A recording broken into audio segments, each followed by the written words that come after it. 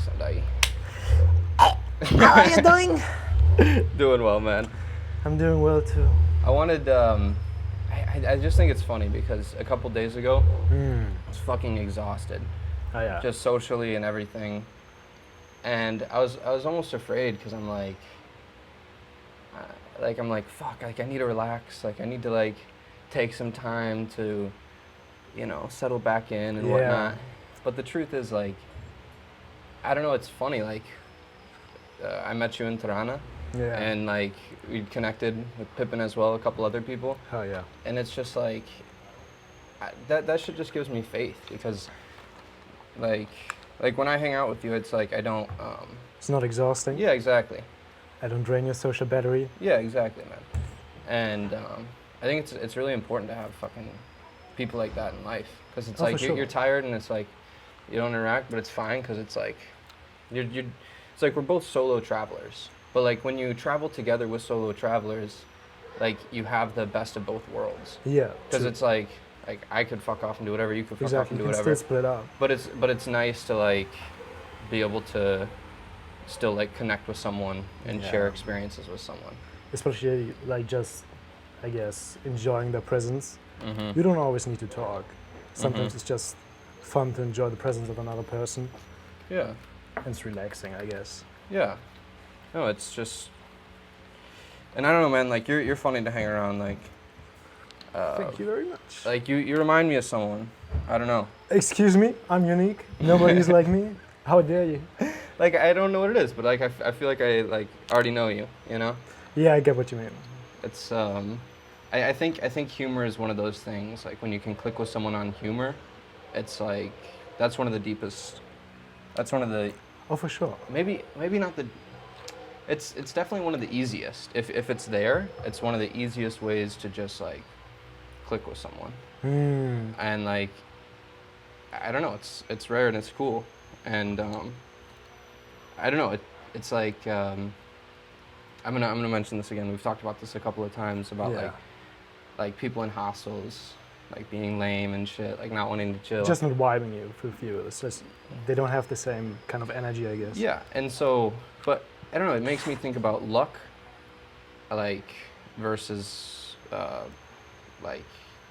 control, I guess, or they're like you made it happen versus it was just lucky it happened. I feel like we control who we are. We control how we act. Definitely to a certain degree, at least. And that attracts people. And when you're in a space like this, at least it allows that, you know. Yeah. It's very cool.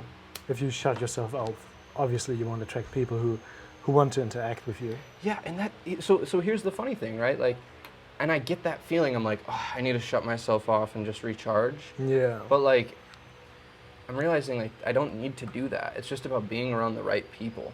Oh yeah, you know? for sure. Because if you're around the right people, you can get into that like shut off, relaxed state. Yeah. Around people, you don't have to be by yourself. And then as soon as you want to like talk or interact, then it's there. Exactly. And for me, that's been a really nice skill because I'm like developing the skill of being more social with traveling. That's one of the biggest things. And it's probably like the best thing when you solo travel, especially if you used to be like more, I guess, more introverted. When you start solo traveling, like you're forced to do stuff. Well, you're not necessarily forced, but the chances of you doing more things, saying more yes to things which people suggest, they're like way more higher. If you travel with a group, like a set group, which was already there, then you're less likely to say yes to new things because you already have your like circle of friends and like used to certain things. So why do new things? Yeah. But if you travel alone, you meet new people who you vibe with, and then you're like, yeah, sure, let's do it. Yeah, and it's you don't. But here's the thing: you don't have to. It's just the opportunity is there, and it's your choice. The need is more real. Yeah. You know, like, and I don't know. I think, and now I'm just speaking of myself, but for me personally, like, connecting with people is the main reason why I wanted to travel. Oh yeah, for sure. You know, and so like, I guess people are traveling for other reasons, which I totally understand. But I think going into traveling, having that intention, it creates itself because it puts you in environments where it's possible. Oh yeah. But then it's kind of sad because I don't know. I've made so many good friends, and then it's like I wanna spend more time with you guys. You know? Yeah. But I think that's just the balance of it. Like you get to see more, but you have to lose more. Yeah, I get what you mean. So always when I travel, sometimes I meet people who I'm like, damn, you're amazing. And I have the luck, I guess, I live in Europe, right? Yeah. It's always somewhat close, and with some people I still keep up, even though I'm terrible at texting. I hate texting. I need the person in front of me. Otherwise, I'm like, hey, Yeah. how are you doing? And then they're like, blah, blah, blah. And I'm like, oh, well, it's like 5 minutes of texting, and I'm like, okay. Yeah. That connection's hard. But I have the luck that I can actually visit them and they can visit me. So, for example, right now, right, I'm going to Greece. I'm visiting friends. Mhm. Then obviously I'm flying from Istanbul, but Yeah. still I get to manage to still meet people. But even Mhm. after like a couple of years, like the connection kind of disappears. If you don't visit each other often, it's like difficult. But sometimes after a couple of years, you're like, ah, that person exists, and you're like, hey, what's up? Mhm. Let's meet. But I imagine if you live like on the other side of the planet, in the US or Australia, for example, it's difficult. Yeah. Unless you decide you want to move. Yeah, I think that's the key for me. Like, I think traveling, it's like, I don't know. I'm gonna use this metaphor. So some people don't view relationships this way, but if you think about dating, Mm-hmm. I think it's like testing out who you want to like be with for the rest of your life. Yeah, I guess. It's like dating is like figuring out who you want to marry. Yeah. And of course, like you don't have to get married or whatever, but like, I don't know. That's the feeling that I get. Like I would want to be with someone for the It's rest of my trial life. and error. And I think the same thing is true for traveling, you know? It's like every place you travel to, it's like going on a date with like a different person, you know? You're like, you try the food, you know, you get to feel the city, You right? experience the You culture. talk to people, you try to like get a good experience, you know? You're like, huh, what's going on here? What's going on there? You know, how's the infrastructure? Fucking, how's the vibes? Whatever. And then, I don't know, but I guess for me, it's like I want to end up choosing one. You know what I mean? I don't Yeah. just want to be like doing this for not that it's for nothing, because the experience is enough. Yeah. But I don't know. Again, maybe it's less about the place and it's more about the fact that I have a lot of friends Abroad. in Europe. Yeah. You know, and if I'm in Europe, I can connect with them so much easier. Yeah. Yeah. Like I understand versus that.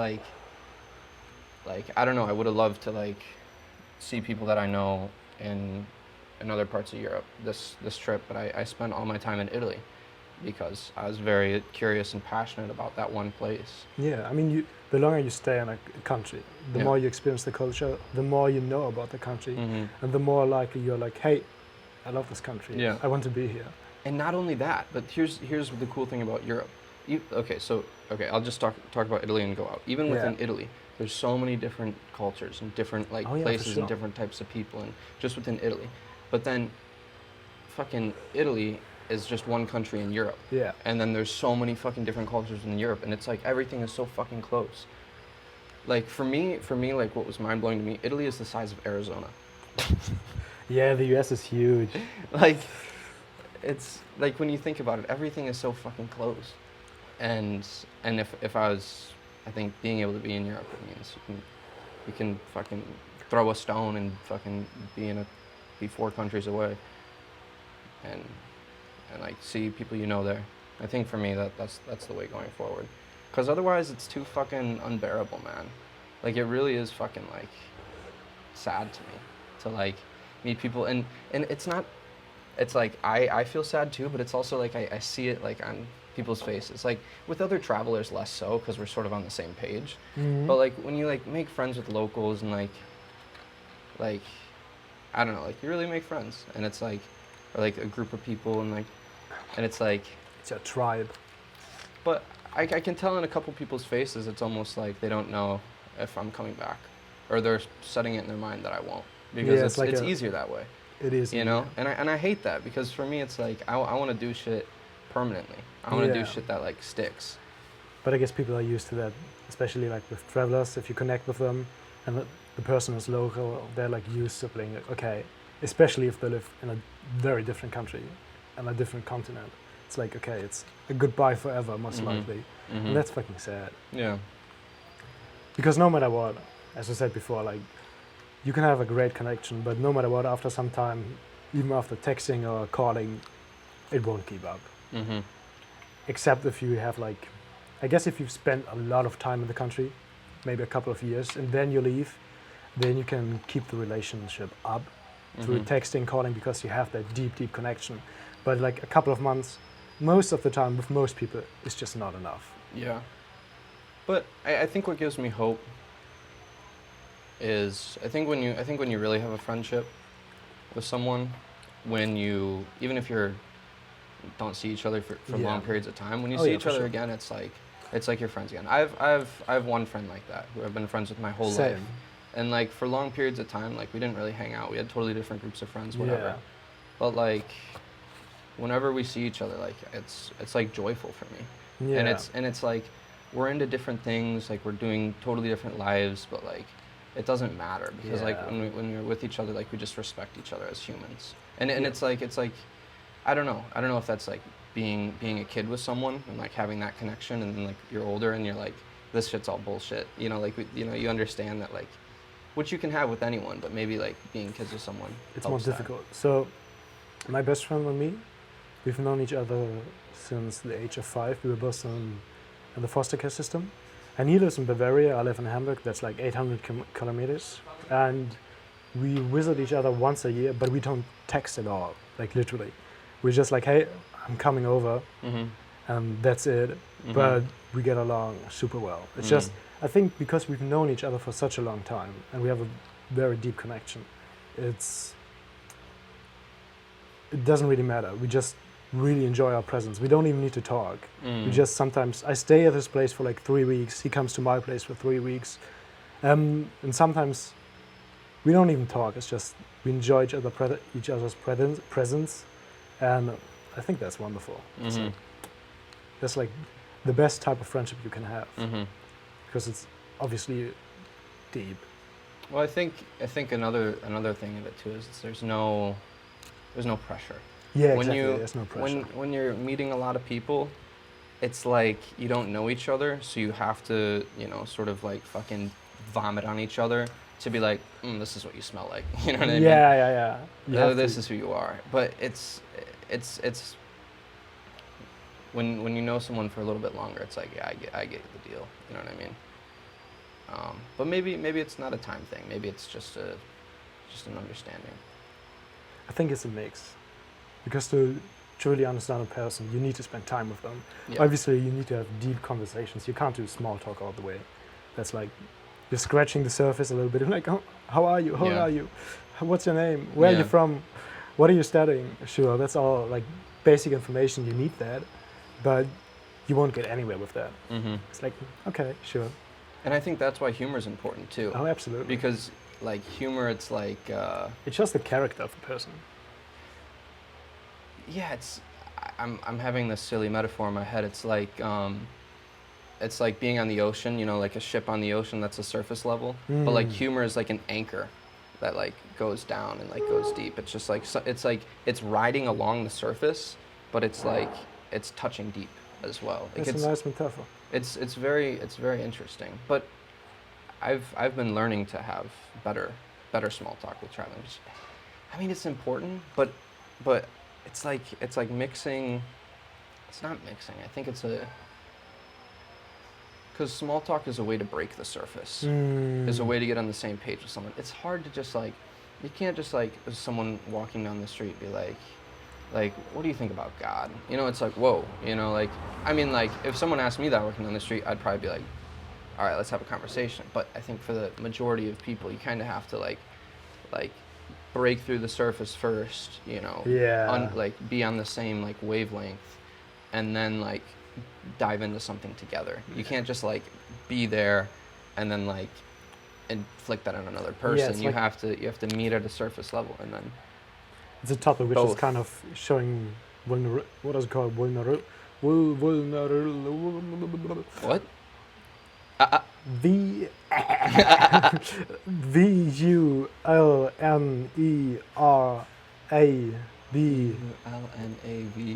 Vulnerable. I don't speak German, man. I'm sorry. No, it's an English word, but I don't know how to say it. Yeah. It's like showing Vulnerable? exactly. Oh, I couldn't spell. Certain topics that just Wait, how are you trying to pronounce that? I'm doing like the itty vulnerable, Vulnerable. but like the vulnerability. Vul, fuck me. Vulnerability. I'm not gonna say it. Vulnerability. Yeah, just some topics show that, and if you don't know a person enough, for some people it's just overwhelming, right? So if you go to a person and be like, "Hey, God, how do you feel?" Yeah. Well, it takes trust. That's True. the thing. Like, that vulnerability takes trust. You Yeah. have to. You first have to like establish. Yeah, it's not like you're gonna like share this with someone and then just like fucking like be like you're a fucking idiot for thinking that way, or like use that against you in some way. Yeah. Which isn't so likely. I think the most likely thing is that people just wouldn't care. But that's another form of like pain as well. To like really like expose yourself and people just are like not caring. So I think at the bare minimum you have to have some sort of faith that the person is going to give a shit about what you're saying to be vulnerable, to expose a layer deeper of who you are. I guess not everybody's open to that immediately. Yeah. Well, it's pretty hard to be open to that immediately because Yeah, exactly. because we live in a very practical world. You Yeah. know, it's like you don't have time all the time to just sit around and like have conversations. I mean, in a culture like this, a lot more so. You know, just to sit around and drink fucking But in the espressos end, all day. most people don't really have anything but time. It's like time is the only thing you definitely have. Mm-hmm. It's like, okay, sure, you can focus on other things, but you've got time, for Yeah. sure. Well, I think, what that statement means, you don't have time, it means you sold your time for other things. Yeah. And that's not even necessarily bad. Maybe it's family time or like focusing on a passion or something like that. But it's hard to put time into others constantly. I mean, you have to, I mean, it doesn't have to be constantly, but like, if it's anyone, then you have to be in that space of being open more often. You have to be in that transition versus, okay, I'm focused on myself, I'm thinking like this. But I think that's why places like this are good. You know, places where people come together and sort of just like take a breath together, because that's a catalyst right there for people being able to connect. Otherwise, everyone's just moving in different directions. But if there's a point where everyone comes to, and then there's the time for the mind, the time to relax and allow it. Yeah, it's true. Hostels, my guy. Yeah, I don't know, it's good and it's bad. But I feel like in general, like, it's just more fun. It is more fun. It's way more Just fun. way more fun. I think a lot of times there's more shit. You know, like there's just like shit that's fucked up. Like, oh, the shower head's fucked up, or this is fucked up, or that's fucked up. That like if you're at a hotel, it probably would like all be straight. Oh my god.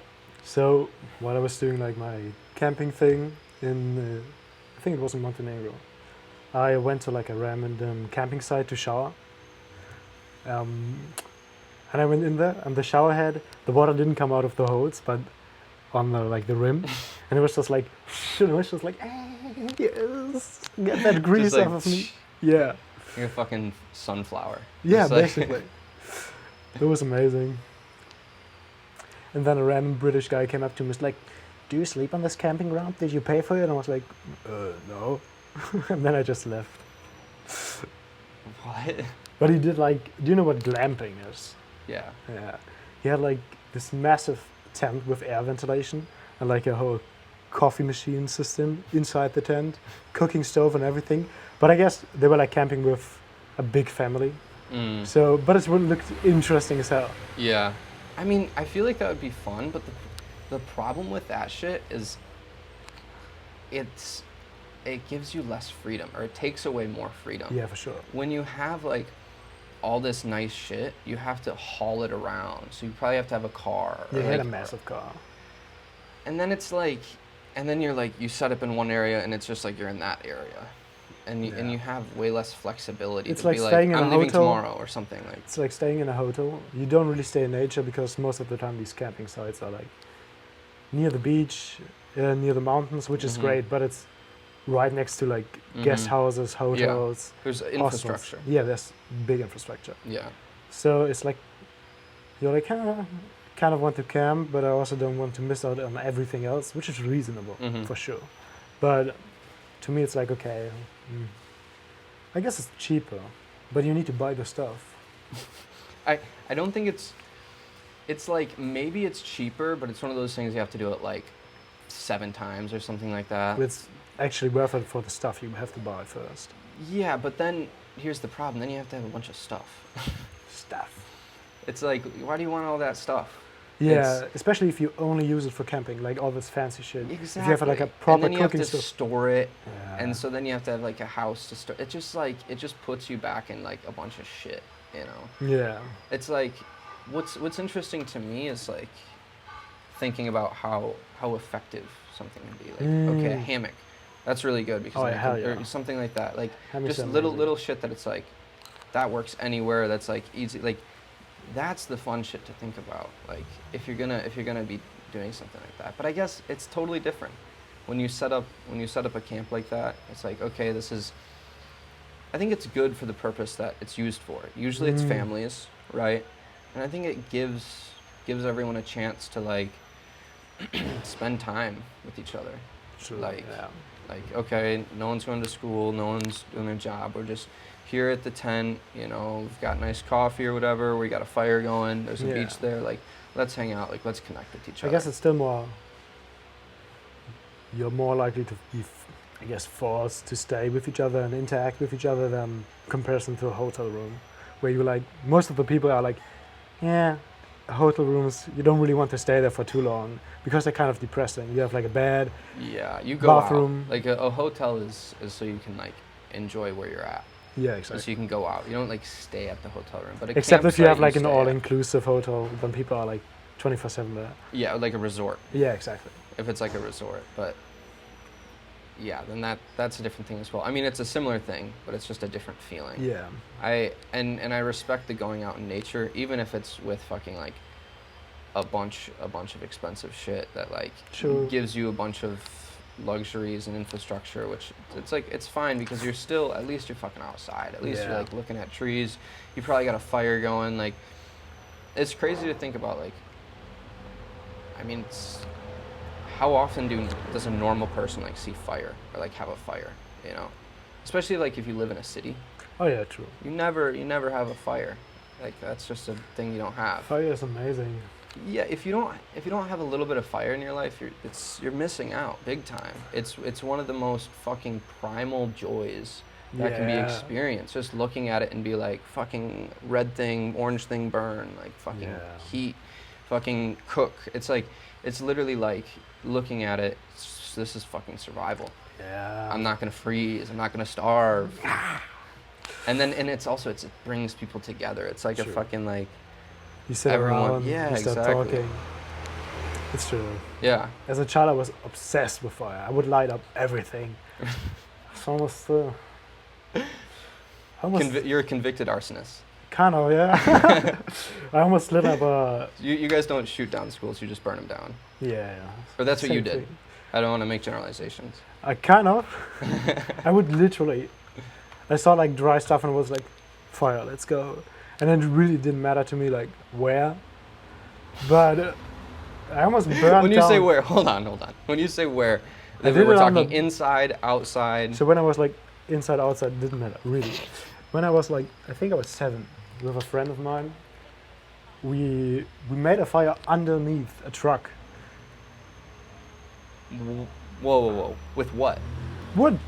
And underneath a fucking truck? Yeah. We didn't think about anything. We were just like, let's make a fire. But why under a truck? That seems more difficult. You have to go through effort to put everything under there and like lay down and like fucking So light it was not necessarily like a typical so you have here like the truck which is pulling the wagons, and we were making it under the wagons. And they were like lifted up a little bit, so we were able to sit down normally. Yeah, okay. Trailers, exactly.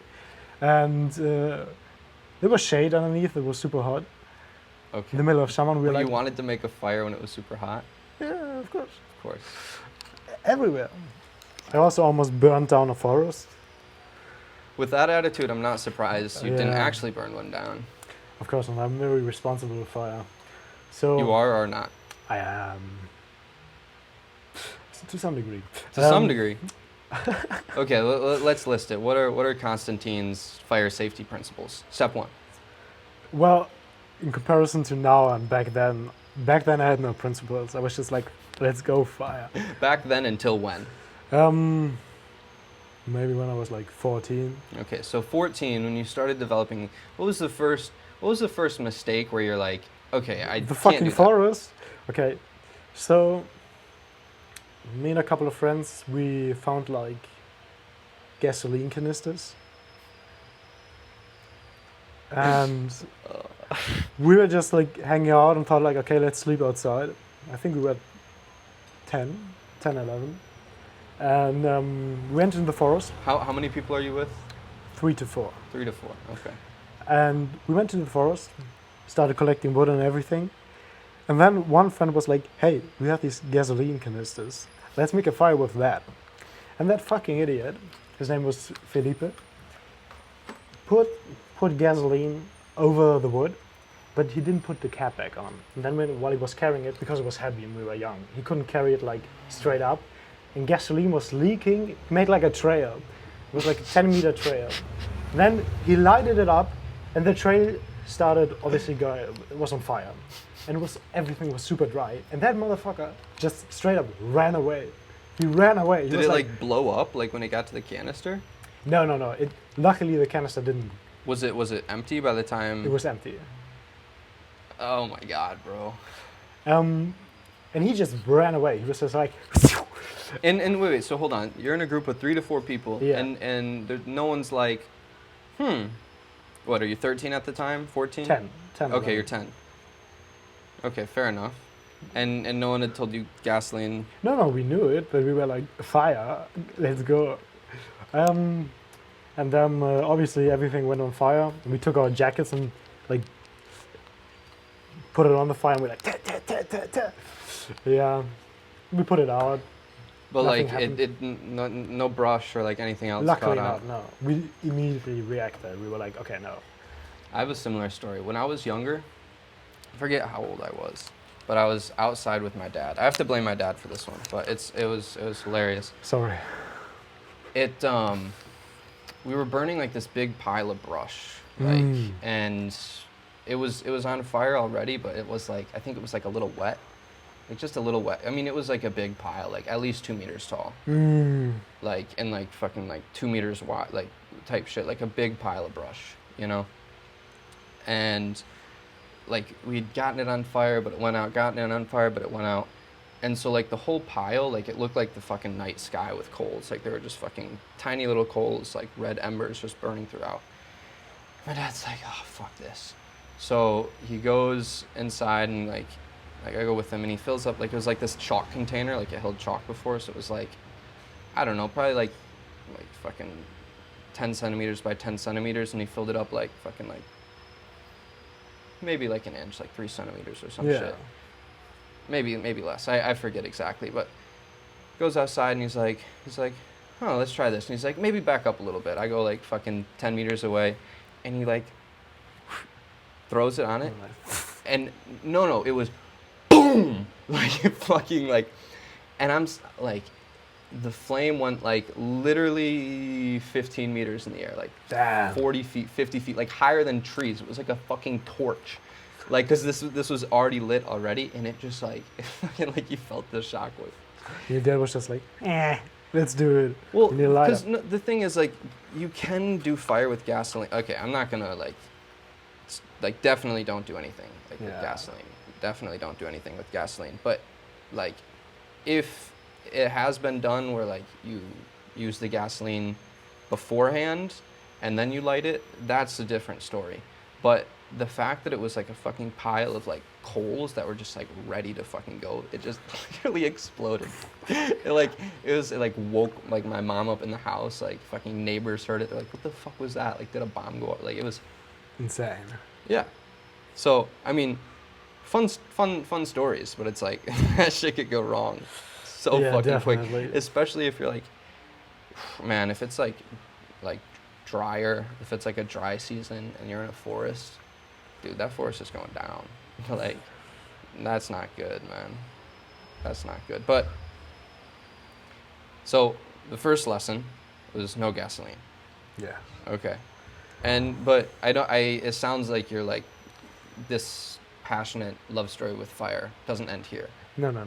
The probably last big fire I made was also with the same group of friends, of course. And we had like this camp set up in the forest. We made it was pretty insane. We made like a toilet, table, and everything. And we dug a hole, was 2 meters deep, and like 3 meters wide. It took like a shit ton of time. That's a giant fucking hole. Yeah, we filled it up with wood, lighted it up, then we threw in more, and it was a massive fire, like enormous. And like somebody saw the smoke, called the fire department. We just heard the sirens, and we ran away. And luckily, like it was, I guess, like a forest opening, so there were no immediate trees right next to it. But the fire was so enormous, it was incredibly dangerous, and we were like up on a hill, 200 meters away, and we just saw the fire department like killing the fire, I guess. Oh, you ran away. Yeah, we ran away. You just they're like, what the fuck is this? And then we were like, it's enough. And that ended it for you. Yeah, that ended it. I mean, I still do like small fires, but yeah, small is good, man. Like even a candle is enough to like get the feeling. Like it's different like when you burn a pile of wood, because it's just more wild.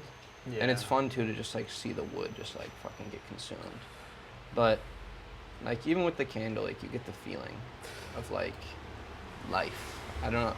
It's like it's different. Like because you get the same feeling like looking at a tree. But looking at fire, it's like before that. It's like it's what started it. You know. Yeah. It's like you have to burn to live. Like I don't know. I don't know what the feeling is, but I love it. But then of course, like I don't know. I'd rather not burn wood, and I'd rather like just let it become soil. Like Yeah, if for sure. if I have a wood source, like it's good now and then to just like be like, oh yeah, I'm a fucking monkey. You know what I mean? Like I'm a fucking animal. Like, you made me fire.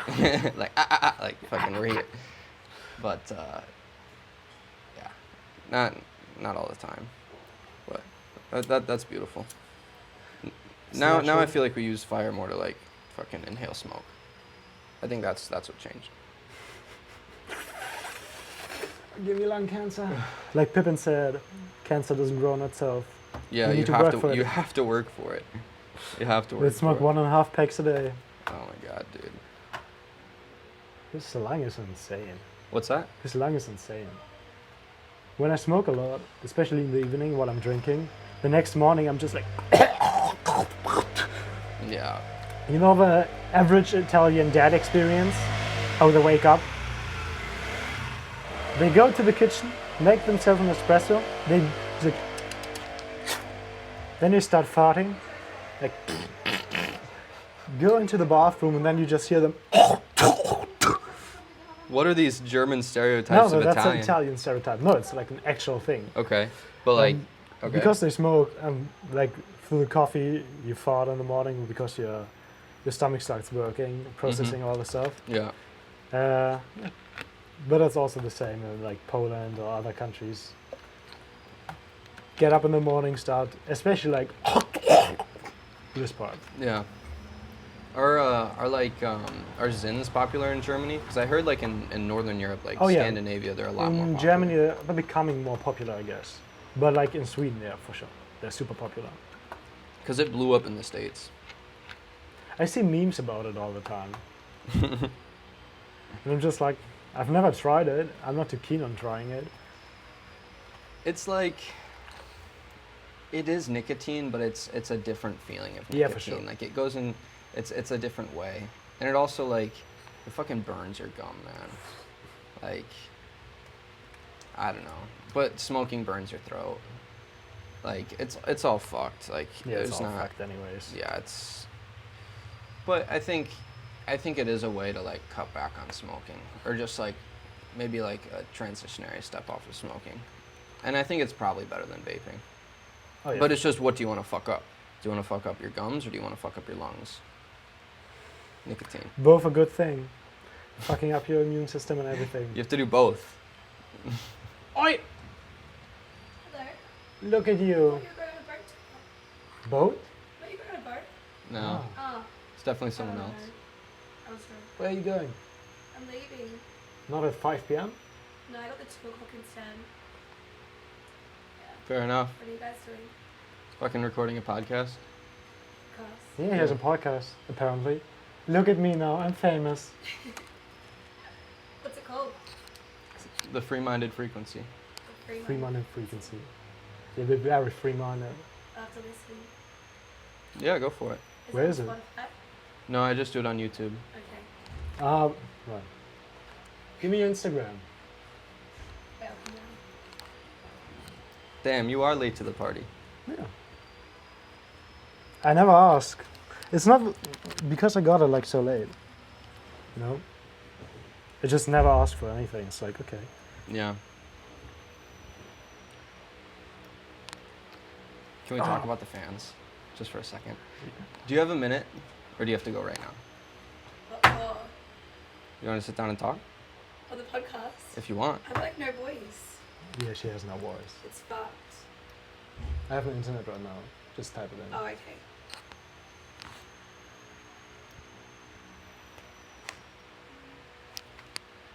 I just want to say, I heard there was an incident with broken fans last night. Well, Broken not the fans. incident with the fans. The What's fans that? were just existing. The fans were existing. Yeah. Okay. What do you mean? The giant pile of broken fans. Oh. Yeah, okay, I see. I see what you mean. It's like fans. Yeah, I don't know Yeah. why they like get a bunch of the same It's a fans fashion that statement. They're like, look at them. break. It just It's it's beautiful. artwork. Yeah, it's artwork. It's modern artwork. Stop hating on them. The volunteers were like, think about it. I just don't understand. Wouldn't you buy better fans? You know? I mean, my work though. Yeah, but the fact that they have a pile of 50 broken ones just under the stairs means that they probably Change don't. it up. They Yeah. probably don't last Yeah. too long. Yeah. I mean, look at them. They don't look that high of quality. They must just be like 30 cents a fan or something. Big pile by like 500 and be like, beautiful. Yeah. Yesterday when I went to sleep, there was a guy who was not so fucking loud. Oh, really? He was like, literally. And I was just like, oh, stop it. You're violating my ears. Oh no. My room was chill. Everyone Yeah, was fuck quiet you as for hell. that. I'm I sorry. slept so well, like a baby. I didn't. Fantastic. Did you wake up at 6? No, 8. Look at you, That's a sleeping sleep in. in for me. Yeah. She normally wakes up at 6 because of a job. Well, actually, home going it's to gym. 5. Yeah, 5. She goes to the gym and then to One a of job. those crazy people. Mm. Disgusting. It's like a routine. Gym, coffee, work. Every day. But like, what time do you go to sleep normally? Oh, like 9:30. Yeah, Okay. okay. Like, I'm not up late. Because But if you are up late, then like getting up at 5 is impossible. I still do You it. just don't go to sleep. It's just a routine now, right? Like your yeah, body's so my used body to it. clock is just like, it's normal. Hmm. Well, probably not now that I've been on holiday for so long. Yeah. I'll go Yeah. back and like, I mean, if you go to sleep at 4, there's no way you wake up at 5.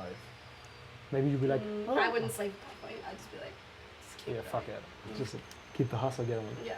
It takes a little while to get that like routine going. I feel like with traveling, like I'm just not consistent in my like sleeping and being awake. Like I have to be in the same routine for months to like, Yeah, for your body to get used to it. yeah, for me to like just be waking up at that time. Yeah. I think when I go home, it'll take me a while to get back into that routine. Mm-hmm. I mean, you're kind of forced to Fun get stuff. back Yeah. into it. Yeah, but it sucks at first. How did you get to vacation so long?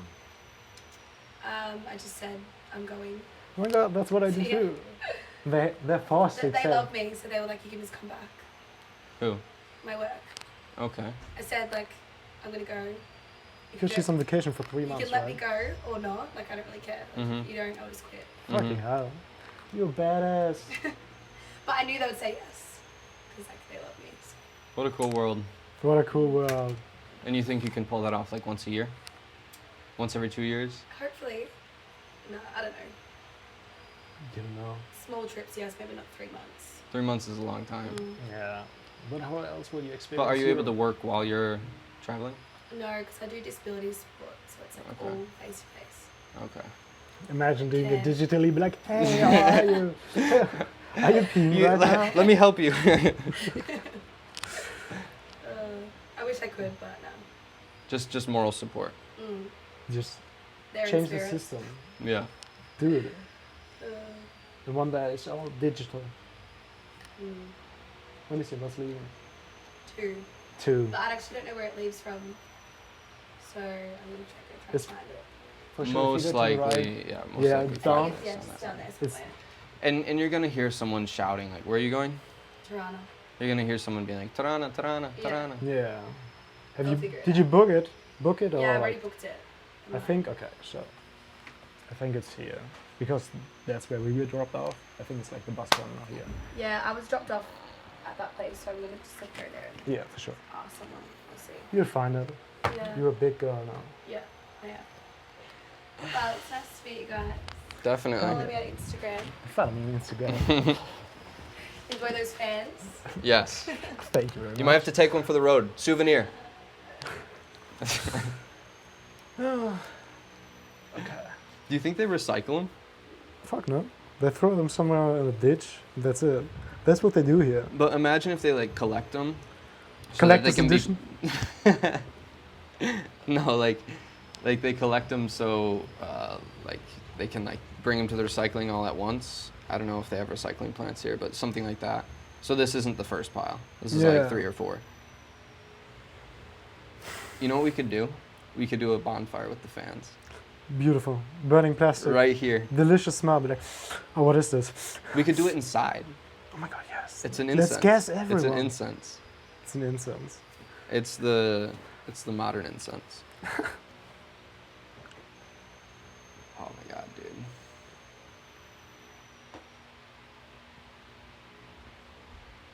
The day is hot. It is hard. Not a fan of it right now. But what can you do? It sucks because it's like in this weather, Thank you. I very think how much. my body operates is when it's like morning, I'm like, well, like if I'm like fucking off and staying up late and doing shit, like I'm gonna not be like as lucid in the morning. And then during the day, it's fucking too hot. But then like in the evening, like the day I'm like, oh, I'm so fucking tired. And then the evening, once the sun like starts to like get low enough to where like you don't like feel the heat constantly, it's like my brain like kicks on again. So it's kind of hard not to like live a nocturnal lifestyle when it's fucking summer in a hot Oh, yeah. place, you know? I mean- because it's so much, because at night it's like the perfect temperature. Yeah, that's why the people like eating Mm-hmm. schedules are this way. Like, for example, in Italy, they have like a really light breakfast. Mm-hmm.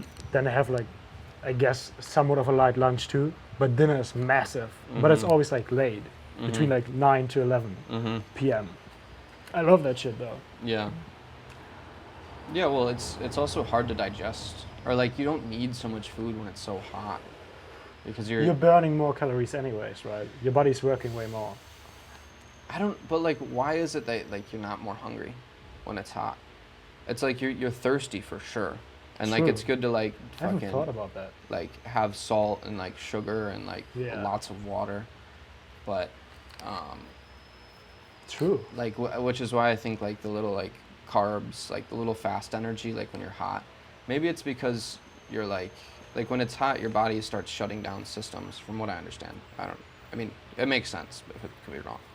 Like your body starts shutting down systems to conserve heat. So like that's why it's like harder to think. That's why it's or not harder to think. It's just you think your brain has like It's like the brightness is down, or like the energy Yeah, input true. is down. I mean, yesterday is a good example, right? We ate at like 9, a little bit, like this fried bread. Mm-hmm. Then we didn't eat anything until 6. But like before 6, we were like completely fine, not thinking about food at all. Mm-hmm. Then we arrived and was like, let's get food. Mm-hmm. But I felt like the moment we got here, I wasn't as hungry as anymore. I was like at appetite, but not Yeah. necessarily hungry because Even we were- going the whole day without eating. yeah. Well, I had a little bit of breakfast, but yeah, like, that's interesting. Yeah, I think your stomach is just like less power. Yeah. But then where does the other energy come from? We Suspicious. need like a doctor. We need to call in a doctor. Where's the the nutritionist? Someone's gonna pop in that's like a nutritionist. I don't fucking know English. Nutritionist walks in. Hey, tell us more about how the Tell us fucking your story. heat affects digesting. Tell us your story, champ. That can't be a thing, dude. To me, Champ. like champ, if I say champ to an adult person, it sounds so condescending. It's so fucking condescending, man. It's What up, like, champ? it's like, hey, buddy. I like to, so you know, like these. I think like there's like this called. It's probably called different, but like little guy syndrome. So like shorter men who like have a very big ego Mm-hmm. because they're compensating for something. Mm-hmm. I tend to call them like, hey, big guy, and I mean I'm not tall. I'm like 178 centimeters. No, you don't actually do that. No, I do. Like if you don't know them. No. If I talk to them and I don't like them, I'm like, hey, big guy. Has it ever ended badly for you? Oh yeah, I've gotten punched. But I take it. It's worth it. It's worth it. It's worth it. Most of the time it's just a punch and then it's fine. Do you apologize or do you just walk away? I walk away. I don't feel bad. I hate them. No, I don't hate them. Hate is a super strong word. But if I But dislike specific people that you act this yeah, way to. like if I don't like a person, like actually don't like a person, I don't like the way they act, they present themselves. And not only like a first time impression, but I've noticed it like several times. I do my best, not actively, it's not a very good trait of mine, to what is it called, provoke them. Mm-hmm. And I feel like saying big guy is pretty. Well, okay, wait, slow it down. So what does it take, like you're talking about that first impression, what does it take for you to just be like how soon does it take to know, like, I don't fuck with this person? Because I feel like I tend to be like overly trusting, or at least I try to give more benefits of the doubt, and it takes me a little bit longer to figure out like So, the negative characters. For me, to not like a person or like be like, I don't think I like that person so much. I don't think I could be friends with them. Mm-hmm. I feel like I notice it very quickly. It's like maybe if I talk to them like after 50 minutes, I'm like, okay, I wouldn't want to be friends with you. 5-0 or 1-5? 15 or 50? 15. Okay. Wow. 15. But to provoke them, it takes like an entire day of spending time with Oh, them. like if you're locked in with spending time Yeah, with someone, yeah. like a stranger. Yeah, so I've been like in hostels, and then you have like a group and you do stuff together. Mm-hmm. And there's this one person sometimes where like, I don't fuck with you at all. But for some reason, they want to interact with you, Mm-hmm. but they don't get like, you're like, I really don't want to talk with you. Mm. And then they keep talking to you, and you're like always like, whatever. But at a certain point, you're like, damn, you're a piece of shit. You're arrogant as fuck. You don't know how to treat other people with respect. And then Is this a specific person, or is this like a type of person? I guess it's a type of person, but not like one specific type of person, because there are different kinds of assholes, I guess. Very true. And then I'm like, okay, I'm like on full-on provocation mode. It's like I take a little bit of joy out of it. But doesn't that make you a certain kind of Oh asshole? yeah, absolutely. It's a very toxic trait. It's not a positive thing at all. Like I'm no way better than them. Because at the moment I provoke someone, you're not respecting their boundaries either. Yeah. But I'm doing it less and less. Like when I was 16, I was a massive asshole. I guess I was similar to now, but if I didn't like a person, I really did my best to fuck them over. She was like, oh, you know, it's bound to happen, my friend. Is there a certain occasion that's sticking in your mind? Certain Uh, story?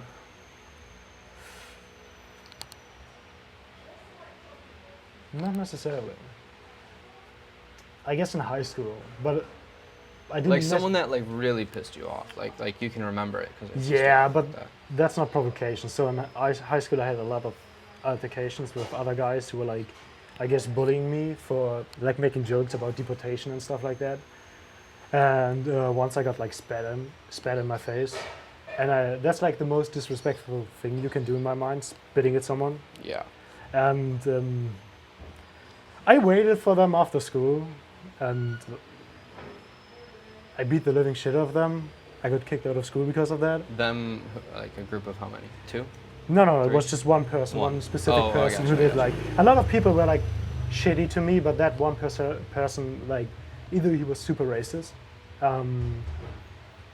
or whatever, but he made sure to tell me what he thought of me, and yeah, that was probably like the only time I've like had a proper fight, because, well, it wasn't a fight.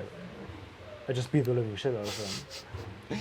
So, I mean, maybe for some context, like going back a little bit, like I know you've told me a couple times, but something I'm curious about with your past, like, is it something you felt like you had to keep secret for a long time because of how you were treated, or did people know just because it was like public information, or like how did that work? It was in school. It was public information. So maybe to give a little bit of context, I was given into foster care when I was around 3. I had no birth certificate, and like everything, no name, no birthday, and I was given a name. I was given a birthday, and I had like a refugee status for 16 years in Germany.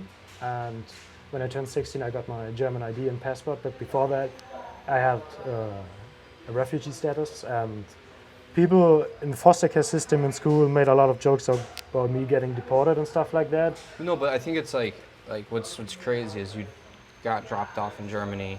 Yeah. You said when you were 3? Around 3. Like I could be 2, 3, 4, but most like around 2 and 3. Yeah, but like I don't know. I mean, I don't know anyone that like doesn't know their birthday. Like that's like, I mean, it's very interesting. Like I don't know how to. Like it sucks. Like I don't know how to feel that exactly, because I'm like, I guess in my mind I'm trying to like imagine that, and I can't get there. So it's I wouldn't know. How would you describe that? I guess my birthday was never something special to me, so I never really cared about my birthday. Like literally, that's like the thing I think about the least. When it's my birthday, I got adopted, and my family celebrates it, but I'm like, whatever. I'm thankful that I get to spend time with my family, but I could do that whenever, but it's nice to spend time with them. Mm-hmm. But in itself, my birthday, I don't give a shit at all. If I'm by myself, it's just a normal day to me. Maybe because it got assigned to me, but as I told you, I think like 2 days ago, there are like a lot of people in Germany, especially from like in the early 2090s from Turkey. They didn't issue birth certificates, and when they came to Germany, sometimes they didn't exactly know when their birthday was, and so they got the 1st of April and the 1st of January as their birthday. So a lot of Turkish people or Kurdish people have the 1st of January as their birthday, but it's not their birthday, but it's they celebrate it. And I guess it's somewhat similar to me, except for that I didn't get the 1st of January, but like the 21st of April. Yeah. But to get back to... Because that was just their best guess. Like they were just like cut I it don't in the think middle. they were guessing. I think they were like... okay, Estimate. Maybe. Their best estimate. Maybe. I mean, it was a fucking nun because it was like a Catholic foster care Interesting. orphanage. So, I mean, that's why I have like the name Constantine. It's like Roman emperor who made like, I guess, Christianity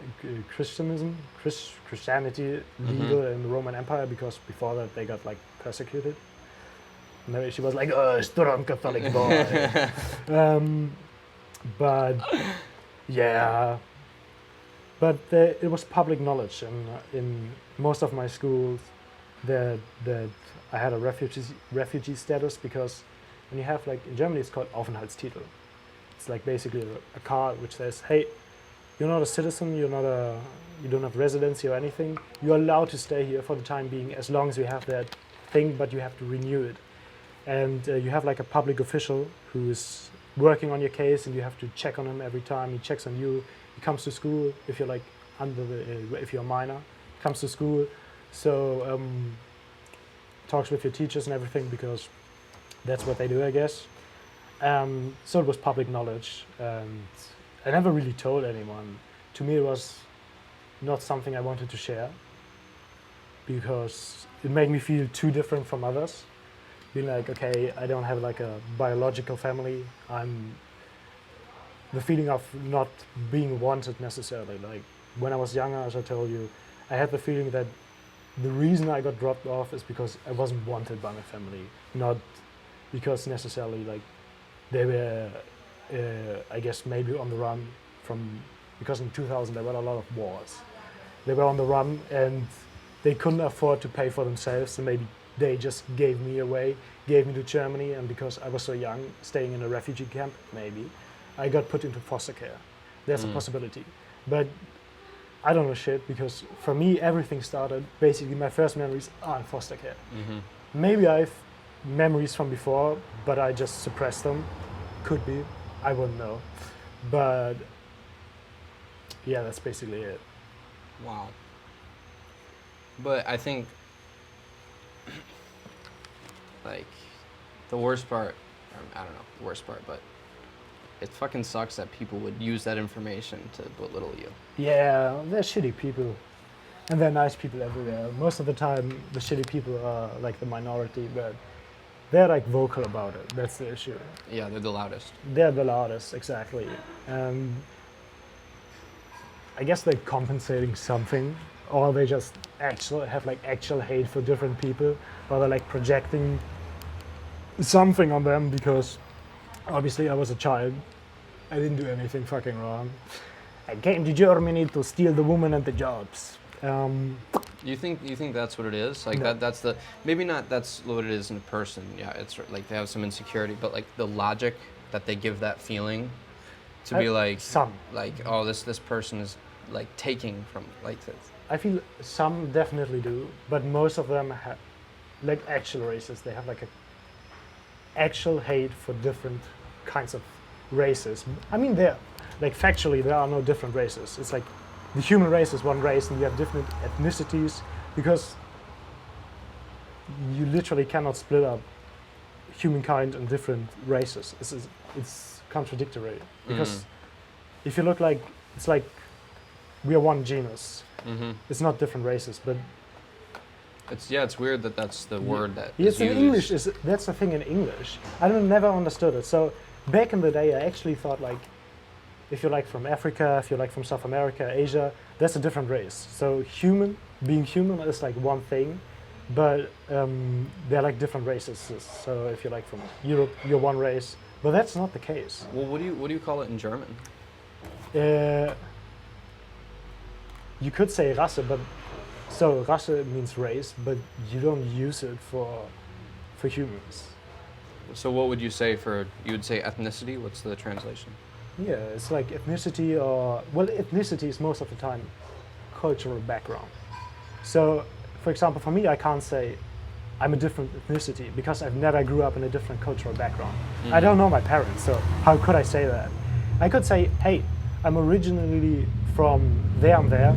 I don't know where I'm from, but ethnically, for me, I'm purebred German. So it's about how you were raised, Yeah. or where you were raised, not your genetics. Yes. So then what would you call that? Your genetics.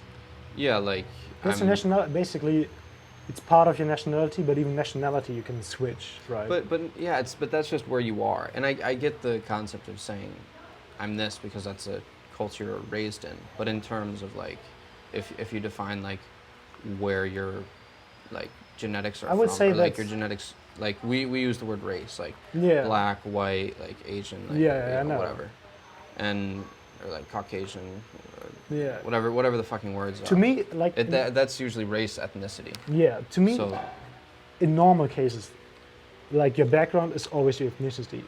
Then you have like special cases where it's difficult. So that's why I always say like I am German because that's how I grew up, but I don't feel German partly because I never felt accepted. But to me, normally speaking, it's always ethnicity. So if somebody comes from Iran, from somewhere in Africa, I mean it's a massive continent, or somewhere in Asia or South America, or even America, right? It's Western, but you have a different culture. It's very different. That's your ethnicity. It's different from European ethnicity. Obviously, you have like European background, but you grew up in it, and that's your ethnicity. Especially same for like first, I guess, the second-born children for immigration.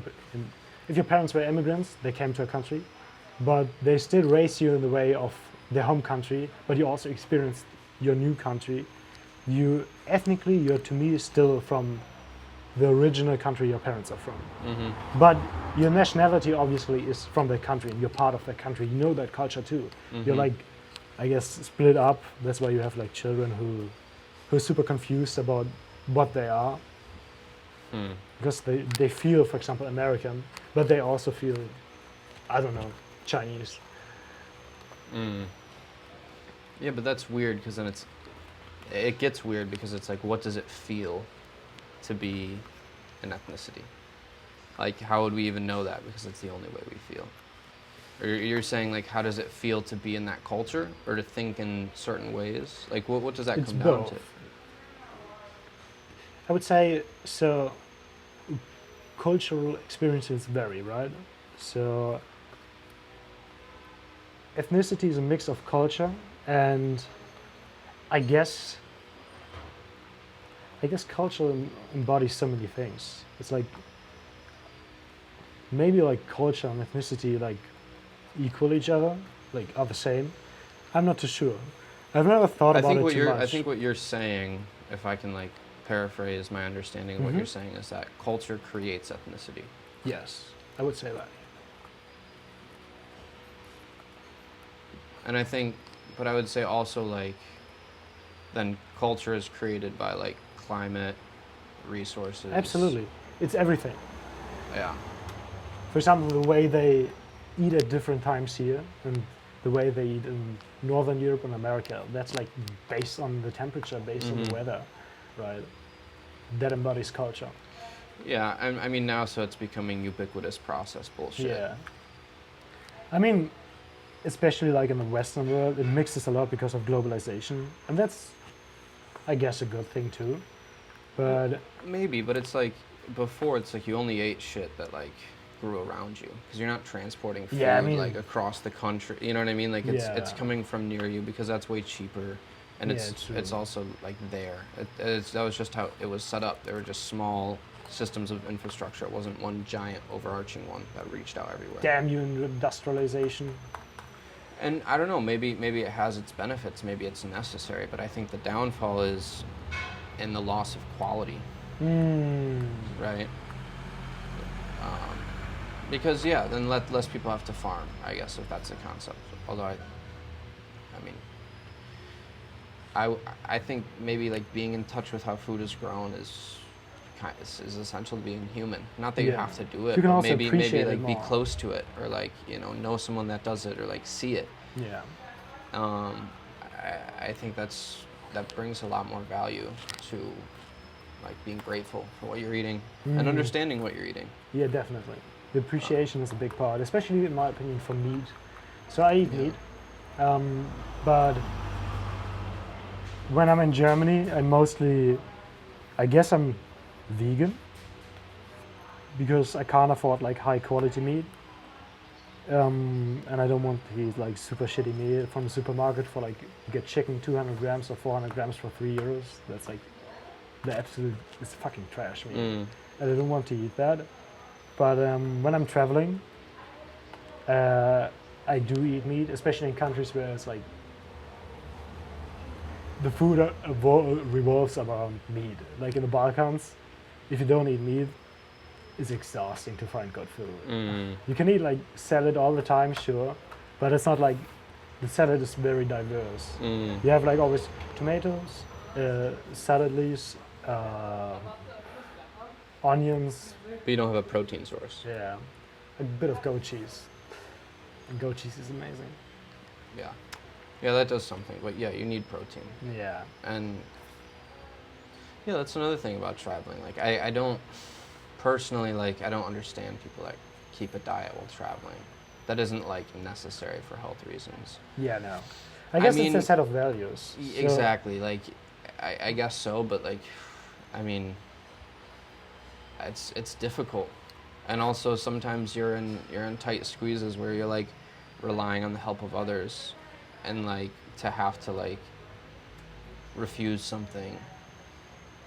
I mean, it just doesn't feel right in that situation when it's offered like that, and like you present it with value and like you appreciate it. I don't know. I think it's part of the experience. It is. Just like him. Part of the experience. What is going on with that dude? Looks like he's taking shit and looking at the camera, and I love that. Wait, show it. Don't smoke. Maybe back it up a little bit. Yeah, I don't know what's going on there. Like, yeah, but I think you should stop smoking immediately because that doesn't look like a bright future. But he has very big arms, and that's probably because he smokes. Because he smokes, Yeah. the nicotine just fuels the biceps. Yeah. That's scientific. Yeah. Not You at all. know, when I did carpentry,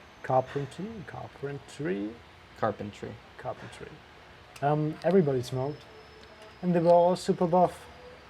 Mm-hmm. Not because they were like lifting heavy stuff, but because they were smoking. It's important to understand the correct variables in these situations. Exactly. You have to be scientific about it. Yeah. Add up the variables and then make the assumption that fits into your belief and your Exactly. lifestyle. Yes. Thank you, old man. Yeah. I don't know what to think of nicotine at this point in time. I mean, I guess, yeah, no, that's trash. It's nice. Like, it has its thing, but I've also, like, had the experience of, like, sometimes it feels like it's a little bit lowering in many aspects. Especially if, like, you're thinking about it. That's the thing. It's like, Oh yeah, having, and I think that might be part of the addiction, too, is having something to put your mind to, But needing to, like, or, like, being forced into that mindset, or, like, that mindset, that path being carved so frequently and being back there, it's almost like you're being tugged around. That's kind of what it feels like. It feels like being tugged around. And, like, I don't think, like, it's more valuable if you use it as a tool. addiction is never great. But in my opinion, for me, and I think for a lot of people, like nicotine addiction, tobacco addiction, is mostly around because you smoke whenever. You feel good, you smoke. You feel bad, you smoke. You wake up in the morning, you smoke, you take a shit. Mm-hmm. You smoke literally at any focal point of your life. When you stop, your mind, your body associates all these moments with smoking. So you wake up, you don't have a cigarette, you feel shit, you can't take a shit, literally. I stopped for some time. I stopped for 2 months before I started traveling, right? And in the beginning, I couldn't shit in the morning. Obviously, like nicotine gets like your body going, especially like your it stomach. aids in It's digestion. like Or it speeds digestion. Yeah. I have no idea what it Cigarette. actually does. coffee, Diarrhea. diarrhea, immediate diarrhea. Yeah, and that's, I feel like the biggest part of addiction. And you miss it, you feel grumpy, and it's just, you feel like shit. Being addicted to nicotine is shit. I feel like I've had fun flirting with the addiction. I know that You're like, it's weird when I'm even saying it, but it's like I started vaping when I was younger. I had like periods where I was vaping all the time. And then I had periods where I would like quit vaping and then like go Good through for that. you, champ. Sorry. Thanks, pops. No worries, son. And then like with Europe, like smoking cigarettes, and then but like at the beginning of this trip, and like when I got back from fucking working this winter, I was like, I'm gonna stop everything. Like I stopped That's smoking good. weed, stopped smoking cigarettes, and it was shit. But I think what works for me, and this worked before too. When I quit vaping, I was like, I'm not gonna buy a vape once I move out, because you're right. It's all those associations. In my room, like I had the association of like getting home from work, and then like smoking weed, like hitting a vape, and like writing, and like that was like just like fucking carved in there. And so like I would smoke weed, and then like the nicotine would be like here, especially I'm in the same environment. But you change environments and you change habits. So unfortunately that meant like I wasn't writing for like a month. Yeah. But like I stopped doing weed too, and I just like changed the environment. So all the cues were different. My mind was having to absorb information. And so then this last time I started traveling, I'm like, yeah, fuck smoking. And because everything's new associations, your brain is getting enough input, or that's what works for me. I think like that's very helpful. Like you create new associations with things, and then those can become focal points. But I would say the biggest thing, like I don't think there's anything that helps more than mushrooms. Oh yeah. Because like the last time I did mushrooms, my friend I was doing it with, he literally like smoked a whole pack while we were like sitting and tripping, and like I have no desire to like smoke fucking nicotine when I'm tripping, because it like just like I feel like it brings me down. It takes me out of it. It kind of like maybe there's some groundingness about it, but it's like fake grounding. It's like it's like fuzzy grounding, but like I remember like I was coming down, and I was just in that moment where I was like just removed enough to be like I wonder like why like what is that all about, you know? Yeah. So like I like took a couple drags of it, and I took it, and I'm like, oh, I get it.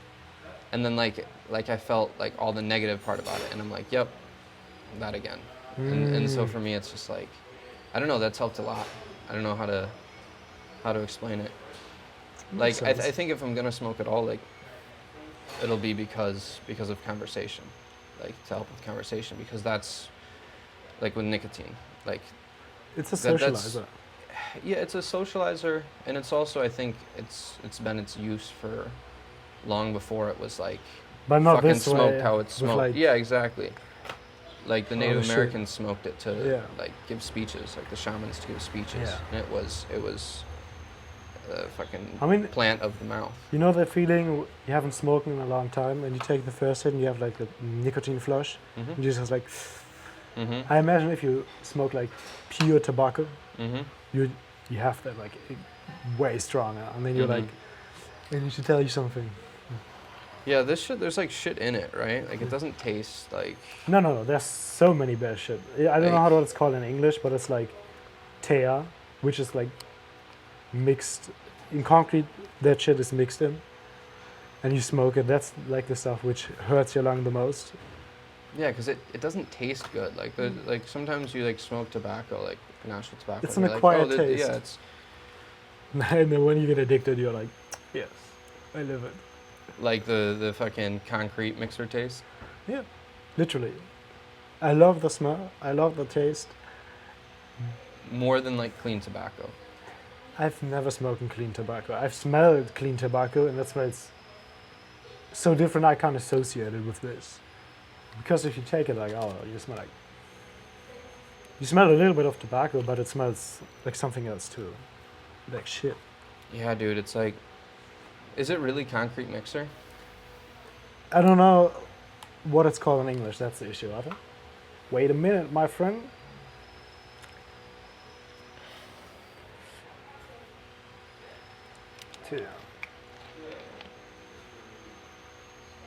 Tar. Yeah. Literally tar. Yeah.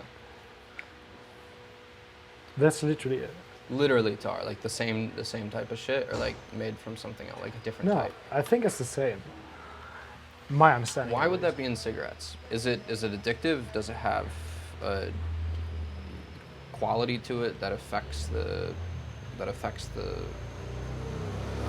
high of the cigarette? That affects the effect. I'm not too sure. I honestly have no idea. Because it's weird, right? Like maybe what it is, maybe it's like a preservative or something. Probably. Also, what's interesting in like tobacco, if you roll it, there's often like something called hemoglobin, which is like cow's blood. Hemoglobin? Yeah, exactly. I think to color it, to color the tobacco. It's not vegan, my guys. Don't smoke. There's vegan tobacco, but a lot of it has hemoglobin in it. Why blood? I don't know. Somebody told me, and I was like, damn, are you sure? And then I looked it up. I feel so primal smoking cow's blood. Yeah, that's some shit right there. Actually, just to diet? I want to share misinformation. Let me look it up. No, it's fine. It's good. Trust me, guys. I would never lie I mean, to you. I think misinformation about cigarettes being bad is kind of the best kind of misinformation you could have. You know what I mean? If it's gonna be anything. If it's about cigarettes being bad in one way or another, it's probably not the worst.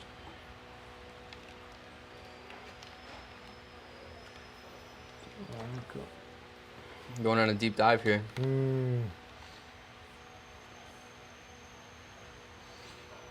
Look, if you're wrong, if you're right. It has hemoglobin, It but does. I have to check if it is actually just cow blood. That's like artificially generated, fucking 3D printed hemoglobin. Some bullshit.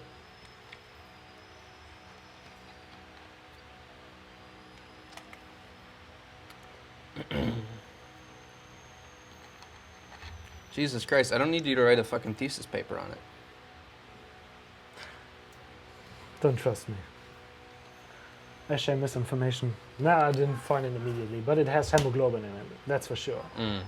But Could come from chicken blood, pig yeah, blood, maybe human blood. human The blood. Democrats. That we should try that out. We should get a blood donor going to make I'm ready. human blood Take it from me. cigarettes. That's so weird, man. It's so weird. Like, but the thing is, it's not just with fucking like cigarettes. Like, it's just like with tobacco for sure, but like with food, with any like product, with anything we put in our bodies, it's fucking altered in ways that like it's hard to understand. Yeah, like ultra high processed food. And it's not like the information isn't really shared. Yeah, I guess. I mean, they don't necessarily. There's like, if there's no interest, they won't share it. But I guess you can find it out if you want to. It's not that difficult.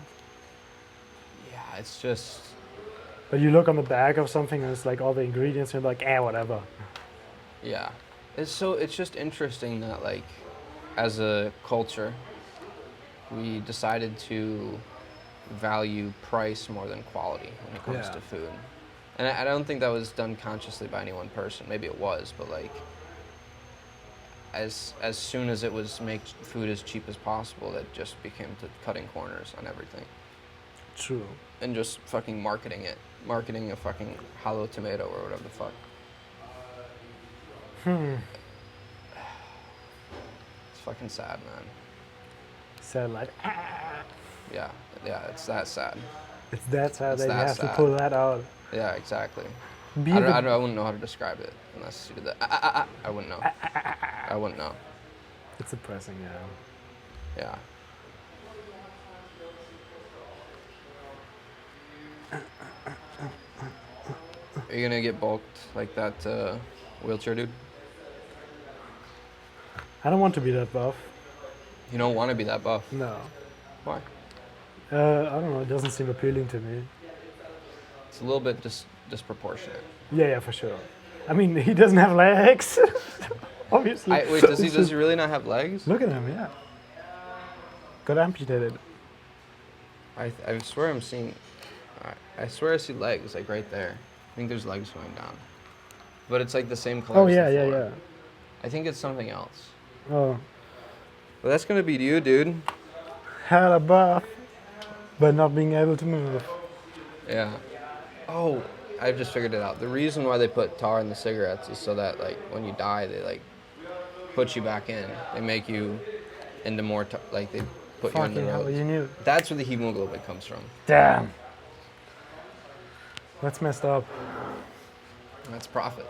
That's profit, babies. That's pure profit right there. Unlimited cycle. Turn your customers into products. Smoking some humans. Oh, delicious. Delicious. We're all cannibals. I'm a cannibal. Is it a cannibal if you smoke them?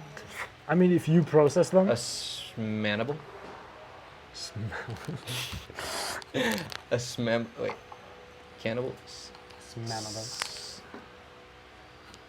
Smannable. Smannable. The worst kind of person. A smannable. A smannable.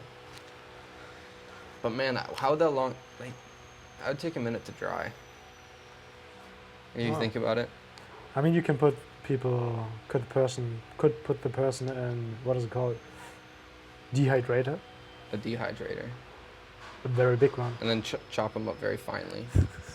Dexter style. Texas style. What does that even mean? It's like there's a TV show called Dexter. It's like a Oh, Dexter Mass style. murder, yeah. I thought you said Texas style. Texas style. Hell yeah, Texas barbecue. Yeah. Human barbecue. Yeah. Yeah. Really, really thin slices, and then you like bake them like chips. And then you eat it like prosciutto. And you're like, I think there's certain parts you can eat, and then certain parts you can I smoke. think humans taste disgusting. I say this if I know, but I feel like humans would That taste was- disgusting. What haven't you told me, Constantine? What haven't you told me? Humans taste disgusting. Anyways. It's from all the toe sucking I do. Professional toe sucker. Oh my god. You're a callus cleaner. I'm like, oh, show me those dogs. Like in the sauna I work at, we have that joke because like my feet are my one foot is tattooed.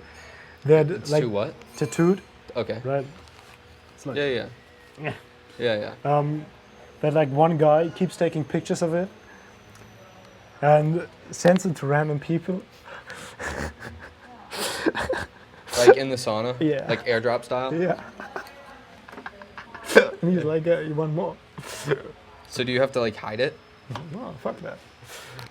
Or People just- have looked at me like very confused. I'm like, why are you sending me your feet pics? And they look at you because they think it's you. I mean, nobody else has that foot tattoo. Yeah. Nice. Does he send it with like a fucking OnlyFans link? Oh my god, that would be amazing. Let's get that OnlyFans going. With the well, no, specifically with tattooed feet. Yeah, I mean, That's there's a definitely sub ni- fetish. Oh, that's a niche for sure. That's a sub fetish right there. I mean, I don't think feet are very appealing, but like, if I compare that foot to that untattooed foot, this one looks way more aesthetic, in my opinion. Yeah, because it's a cool tattoo. Yeah, exactly. But I don't know. Feet are feet. Yeah, You put a tattoo on it. It's a foot with a tattoo on it. it's a beautiful foot. Let me check for foot fungus. What's the? I mean, you have to like. I don't even know where I'm going with this, but something with like eating the toe fungus, you doing it, being a fucking. Anyways, So you have a foot fetish? me, Yeah. I would say that I don't mind them. You know. Put a toe in. Yeah. I mean, that might be that's definitely crossing the line. I would say. Yeah, I mean, unclean feet is super disgusting. Like, actually fucking disgusting. Well, what feet aren't unclean? If you wash them. Yeah, if you wash them. Like, But like, if I have you a quick walk question. around, So if you shower, you've been physically active that day. Do you wash your feet with soap? Or you're like, the soap rinses down anyways. Whatever. I think it depends. Most times, no. Mm, But like sometimes, if I'm like, they need it. they need it. They need it. They're like, You don't have to get that close. But yeah, I don't think so either. no, it depends. Because I think what helps is like walking barefoot on a beach. Oh yeah, for sure. Like, because that just like fucking exfoliates everything. And like, there's something with the salt water that just like Oh, that too. cleans it. When So I think that is the most optimal. when I The did most my optimal option. 2-day hike, I was wearing the same pairs of socks every day, like the 2 days. And at the very end, the socks were like super crusty. Like I could literally like, they were like stiff. What else were you doing with those fucking socks? Bro, somewhere I had to ejaculate. But no, it's like Just from sweat. just from sweat.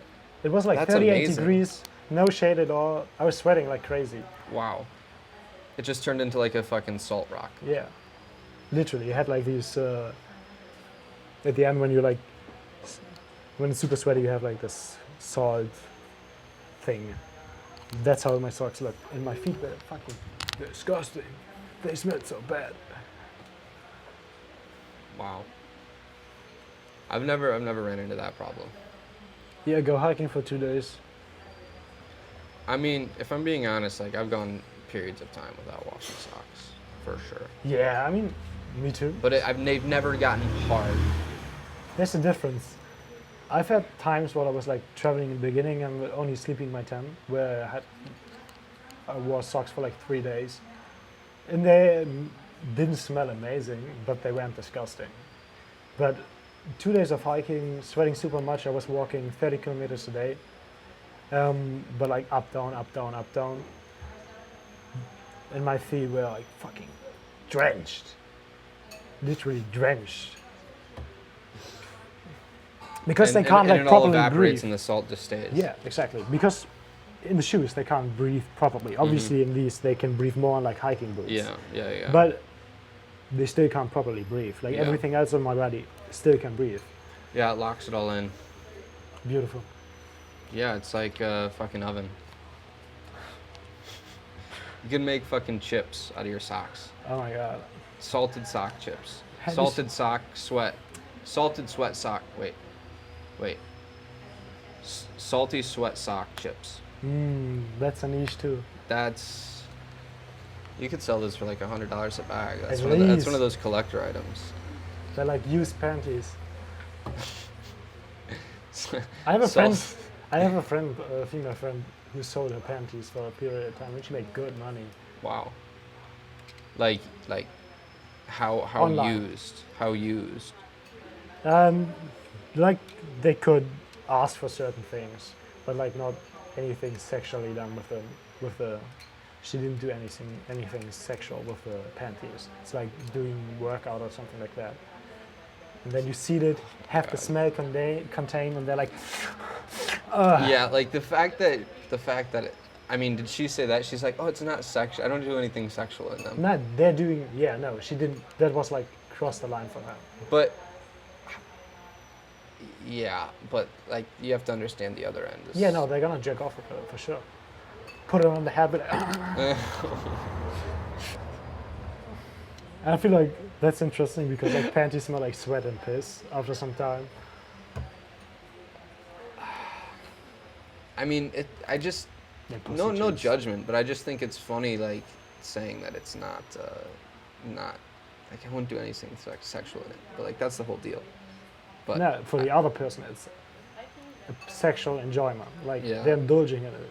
But she didn't want to do anything like jerk off with them on, Mhm. right? That's what she didn't want to do. Yeah, but she's comfortable with the fact that they're like Yeah. whatever is gonna happen. Yeah, I would do the same. Fuck yeah. yeah. If you want to buy my panties, yeah. I'll give it to you right now. 50 euros, special deal. 50 euro. Yeah. 50 euro. Only 50? That's a good deal. Yeah, special deal for you. Yeah. Only today. Tomorrow 100. It's like cheese. Like every day it gets more expensive. Yeah, no. I can hold it for you for tomorrow. Then it'll be 75. Yeah. Oh my god, dude.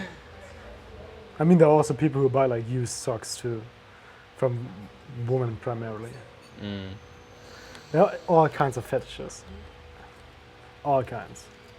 That's just such an amazing way to like make money. Like Hell yeah. when in human history has someone been able to like fucking sell their socks and like make a living?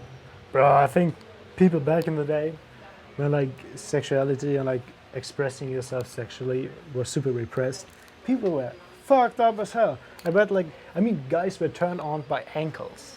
They were like, women wear a skirt and it showed like the ankles and were like, oh, you dirty whore. Fuck yeah. That's fucked up. Yeah, because that's all you have. Jerking off the ankles, be like, oh, look at those curves. Maybe that's why foot fetishes developed, is because the fucking shoes hide them. Like if it was just available, then there would be no fetishes, because it's just like there's nothing exciting about it. It's like it's just there. Could It's be. just part of reality. Could be. But like, I feel like, That would explain why people fucking. I don't even know if that's true, but like I can imagine it is. Like just an ankle turns you on. Like why? Because like you don't see it. So when you see it, or you don't see anything. So when you see something, it's like that like is the key. It like opens the door. Like yes. Like but it's probably also like partly because men viewed women, or still view women often as just as sexual objects. Like their entire being is like a sexual thing. That's why they're over sexualized. So they were like, oh, look at those ankles. Obviously, like the body of a woman was like a prohibited thing back then, but they were still like viewing them as sexual things. And that's why they're over sexualized, like ankles. That's what I think, at least. I don't know shit. But yeah.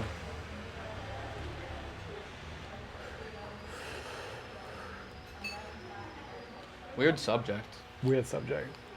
I don't even know how to like fucking stagger back from that. I can tell you a story. So I was visiting my friend in Bavaria. I was sitting next to the window, smoking a cigarette. And there was a woman walking by, and a guy walked in the opposite direction. And the guy turned around, looked at the woman's ass, started following her for like 10 meters. Then he stood still, put his arms to his side, and be like, and just sat there and stared. See? Yes. Oh, what's your name in Canada? The free-minded frequency. I have one request for you, mate. I have my barber shop in the pool. Okay. If you want to make one interview, it's gonna be best. Yeah? You can make me the interview. If you, I can give you, I can pay you. Oh, no, I'd love to do it. You don't have to pay me. I can tell you about how I start, about like when I was children, when I was not rich. Your story. With Wow. my family, you know. Yeah. Yes, I was playing the shaver with my dad. When he's shaving, he's beep, you know. Yeah. And I just cut the kids, you know, in the street. Wow. Check money, you know. But I will check some chairs, like that chairs, you know, white chairs, you know, old Yeah. chairs. We're just cutting, you know. Yeah. Wow. No, let's do it. What's your name? My name is Dave. Dave. Nice to meet you, man. I'm Cooper. Thank you. I'm Constantine. Let's I can give you my Instagram if you want. Yeah, do yeah. it. Can because I'm using my phone for this. Can you grab it? Can I go in? Yeah. Yeah, sure.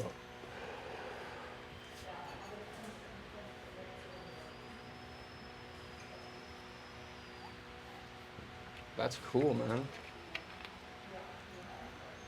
Sorry, I buy something. No, No you're worries. good. Just type Nice to meet you, man. Nice to meet you, bro. Nice to meet you, man. Nice to meet you. I can type mine. Yes, yes, yes. What's the name of your store? South Barber Dave. South yeah. Barber Dave. All right, sweet. Because you listen to Let's go by there. When would be a good time? Afternoon. Afternoon Yeah. today? Yeah. Let's do it.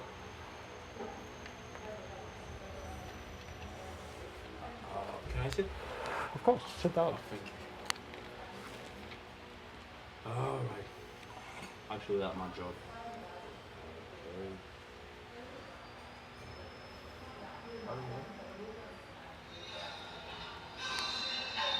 Now you do like reels and everything. Mm-hmm.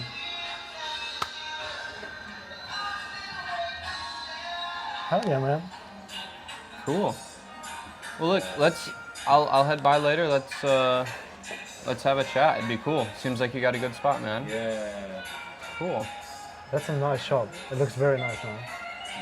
Look here, I have here as well, you know, that guy is from Ukraine. One of my clients as well. Oh, you put it up. No worries. Oh shit, man. Sorry, yeah. No worries. Alright.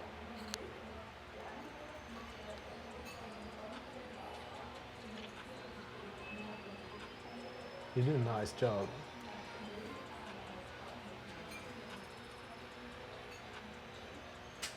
Hell yeah. Quiet, thanks. And here he's speaking. I said to him, no speak, man. Why you speak? So hey, man, I really want to like dive into this later. So how about we get back to this later? Cause right now we're doing this. If that's okay. Yeah, You wanna do that? Yeah, sure. We'll be in contact. He's give me the Instagram. Yeah. I have my number here. Yeah. as Yes. well. But it's gonna be lovely for me as well because Yeah. it's gonna help me, you know. Cool, man. He's gonna help your channel, but he's gonna help my Instagram. Yeah, for sure, man. He's Cool. gonna help my Google as well, you know. Cool, for sure. So I love marketing, you know. I Definitely. don't have good people in front of me, you know, to help me with marketing. Yeah, it's difficult. But you know, I don't want people from interest, you know. Hmm. I want people, good people. We have nice vibe. I saw you two guys, man. I saw that guys, bro. It's good guys, you know. Appreciate that, Giving man. Good vibe to the YouTube. It's giving good vibe to the people. It's Oh, yeah. more motivation, you know. Man, that That's means things. a lot. That means a lot. Anyway, thank you so much, man. Thank I'm you gonna so leave much. you to work Yeah. with your work anyway. So we're gonna see you later. You know, Appreciate it. Yeah, How yeah. we're gonna wait, you guys. Yeah, Yeah, hell sounds Thank good, you man. so much. Bye. Catch you. Thank Bye bye. You Awesome. connected. What's that? You connected. That's so funny. That's like that's what we were talking about earlier. Better About get them dogs out. connections being able to happen. Like, Yeah. but it's interesting. I wonder, cause like this is you know something that's still new for me, but it's interesting to see how other people view it, because for me, like if it can market something, that's cool, but that's not the goal. I don't want to sell anything. Yeah. I'm not trying to sell anything. I mean, it wouldn't fit like free mind and frequencies, right? Well, I mean, the In the end, you're still sharing a story. that's all it's about. I just want to explore different perspectives and share stories. That's what it matters to me. And I mean, I guess if everyone can benefit from that, that's great. But for me, I don't. I'm just curious. You know what I mean? Like, Yeah. I would love to be having this conversation with you regardless. I would love to be having that conversation with him regardless. And for me, it's like, it almost gives an excuse for it too. It gives an Yeah. excuse to have conversations like these, because otherwise it's like conversations like these are like, you know, they happen in bits. It's like, oh, but then this is gonna happen, this is gonna happen. Just to sit down and just say like, no, we're gonna have a conversation. That to me is what makes this so much fun. Is Yeah, I get because that. these conversations would happen, but they wouldn't be the focus. It wouldn't be, and it's almost like that's why it's a free minded frequency, because it's a time to like let your mind be free. Yeah. Right I mean, here. we've swerved around topics a lot. Mm-hmm. And that's kind of fun. It's fun. Maybe it's fucking hard to listen to. I don't know. I've been having fun talking about it. I feel like it's just like an authentic conversation. Right? Yeah. Well, the feeling that I get talking is the feeling that I hope can be gotten by watching. That's the whole idea. It's like, sure, it's nice to think about things, but really like, I think it's beneath all that, because you're right, it's a bunch of different topics. The topic doesn't fucking matter. It could be anything. It's the feeling of being able to connect. Yeah. It's the feeling of being able to be genuine and to enjoy someone's presence and to Oh yeah. and to be understanding of different ways of thinking. Definitely. It's that feeling. That's the most important thing with this, is getting that feeling. Because then once that is there, it's like we were talking about. then it's easy to connect. Exactly. Yeah. But before that feeling is there, before that trust is there, you're not going to be vulnerable. You're not going to. I don't know. Maybe I'm going in a circle now. It's just that thing. Just that feeling. Just to be in that space of mind, just to be able to take a breath and to fucking think about shit from a layer back. You know, not necessarily in it. Just have fun talking about it. You know, and maybe being serious is important too. I think it's incredibly important. It's a mix. But sometimes there's a time to be serious, but most of the time, it takes away the joy, in my opinion. Or it's about being serious in a way that maintains that joy, which I think comes back to just maintaining a baseline sense of humor. Otherwise, it's hard to stay alive. I don't know. Like, I think humor is like a great gift that we have. If we didn't have humor, man, like the ability to look at something, twist it in a way to surprise us and excite us, I mean, life would be very, very dark. Monotone. What'd you say? Monotone. Monotone. Yeah. Monotone. Yeah. Monotone. Robotic. Functional. Functional. Big words. Like, yeah, too big of words. At the same time, yeah. Talking about conversations, fucking. Talking about talking. Talking about talking. Brought to you by talking about talking. The talkers talk. It's like, how much wood could a woodchuck chuck if a woodchuck could chuck? How much wood could a woodchuck chuck if a woodchuck could chuck wood? Or is it, how much wood would a woodchuck chuck if a woodchuck could chuck wood? As much as he could. Probably. As much as he could, I think. Yeah. It's his job, of course. And a woodchuck can chuck wood. Why is that even a question? It wouldn't be a woodchuck if a woodchuck can't chuck. Maybe he's a trash woodchucker. He's just like, I'm failing all the time. Is this my destiny? Who knows? He's like not getting hired for Yeah. any jobs. Oh fuck. Yeah, I don't know how far that one goes. I'm having trouble imagining the life of woodchuck. Because I think I'm thinking of beavers. I'm thinking Yeah, of me too. dams. What the fuck is a woodchuck? Maybe a woodchuck doesn't chuck wood. I feel like a woodchuck is different now. They like they have their sawing things that like vroom vroom vroom. They have sawy things? It's like, okay, they don't have their axe anymore, right? That's like people who live like. No, that's like a human. That A woodchuck Chuck. is is a person? yeah. No, I thought it was an animal. No. A woodchuck is. What? Oh, is it? Fuck. I think it's an animal. Fuck.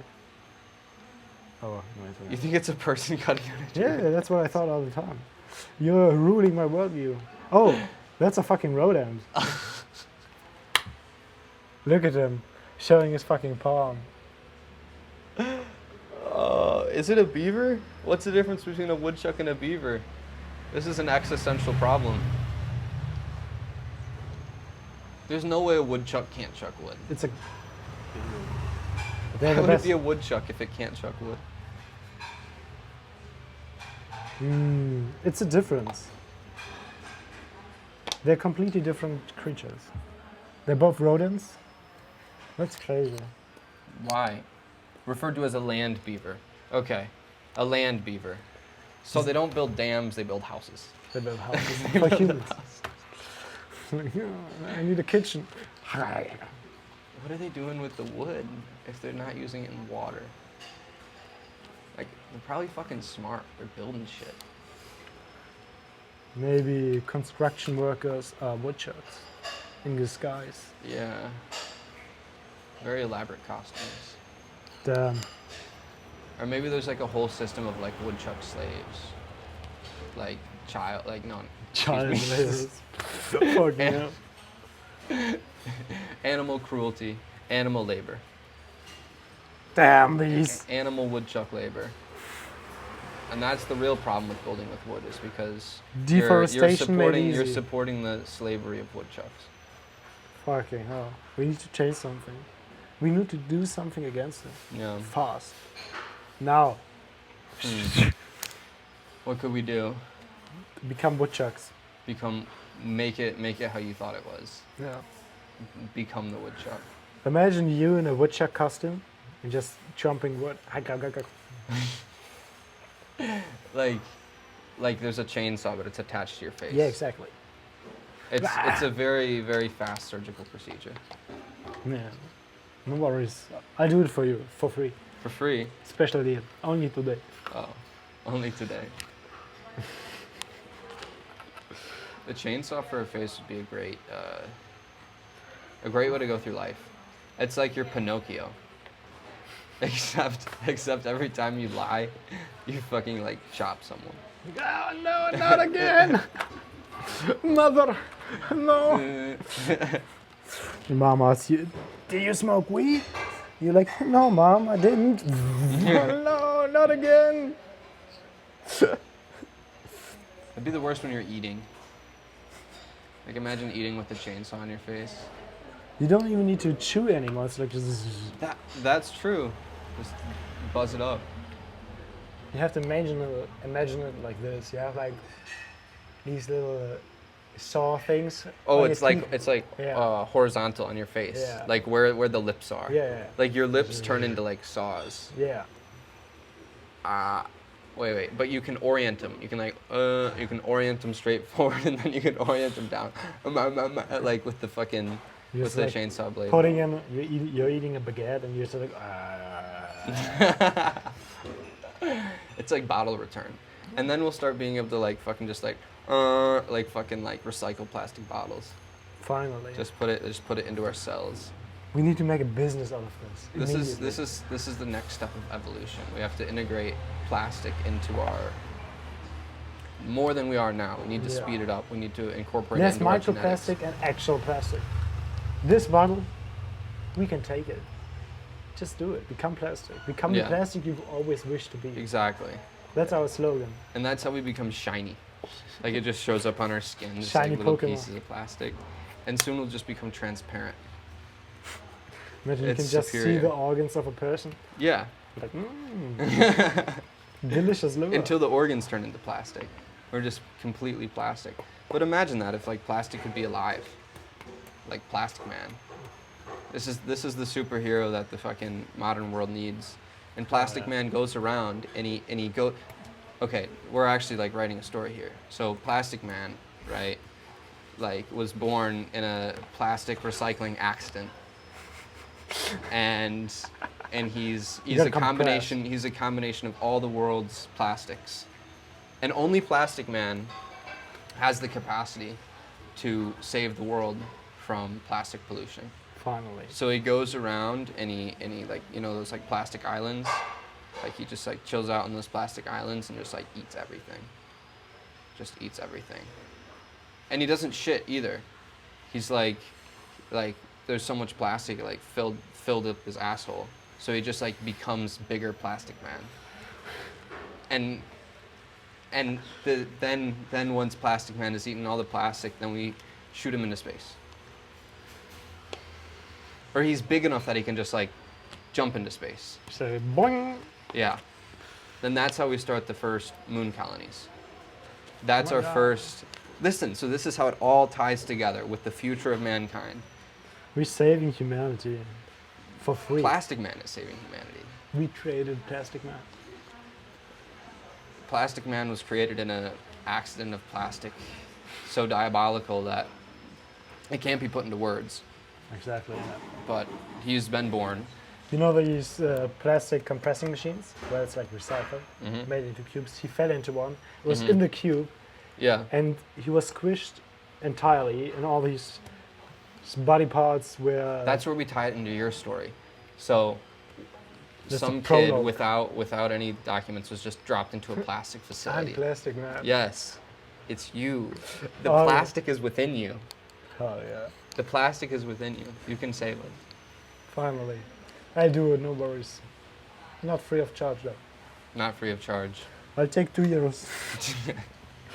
And every bit of plastic. Yeah. It's yours. Yours for the taking. I'm ready. Ah. You can make a lot of money. If you actually could like eat plastic, Oh yeah, for sure. like think about it. Like you could just like be a recycling company. You would just it'd be like going back in time to like when we had like milkmen. You know what I mean? Except like for your plastic waste. Instead of like a big truck and all this infrastructure taking your plastic and like fucking shipping it to wherever, whatever, burying it or burning it or fucking dumping Yeah. it. Instead of that, you get, you know, your local plastic man who, you know, makes his rounds at 5:30 every morning, takes your plastic bottles and just, you know, has a snack. And he Has a just snack. goes around to all the houses and like, it's just, you know, like, you know, it's just like a fucking 50 cents, you know, for, you know, plastic man to stop by. And of course you do it because it's, you know, it's the ethical thing to do. And not only is it good for the planet, it's good for plastic man because He needs it. he needs it. He's He needs addicted. it. It's like super fast carbohydrates. It's like plastic sugars. It's too like you get like it's like crack.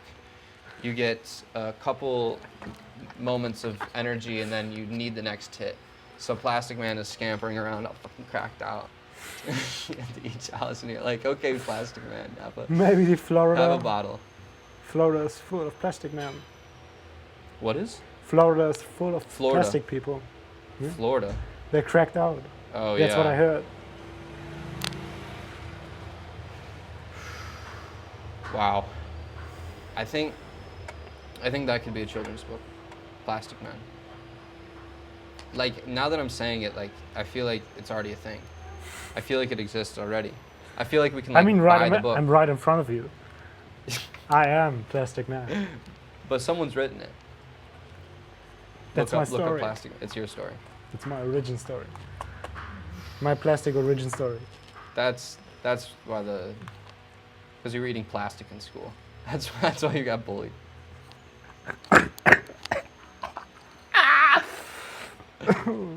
Yeah. You like had to like hide it. It's like, Oh, I can't stop. Like all the Tupperwares. I was Mhm. just like, can I have some? where's the Tupperware, guys? I'm like, When you don't have anything, you start to like eat like hard plastic. You start to eat like the fucking like water dispenser. Or, Yeah. like you're like, why is there like fucking bites just taken out of everything in the school? and you just hear and see me crunching down and stuff like And you have the worst farts. You have the worst plastic farts. That's why I got diarrhea. Too much plastic. Too much plastic.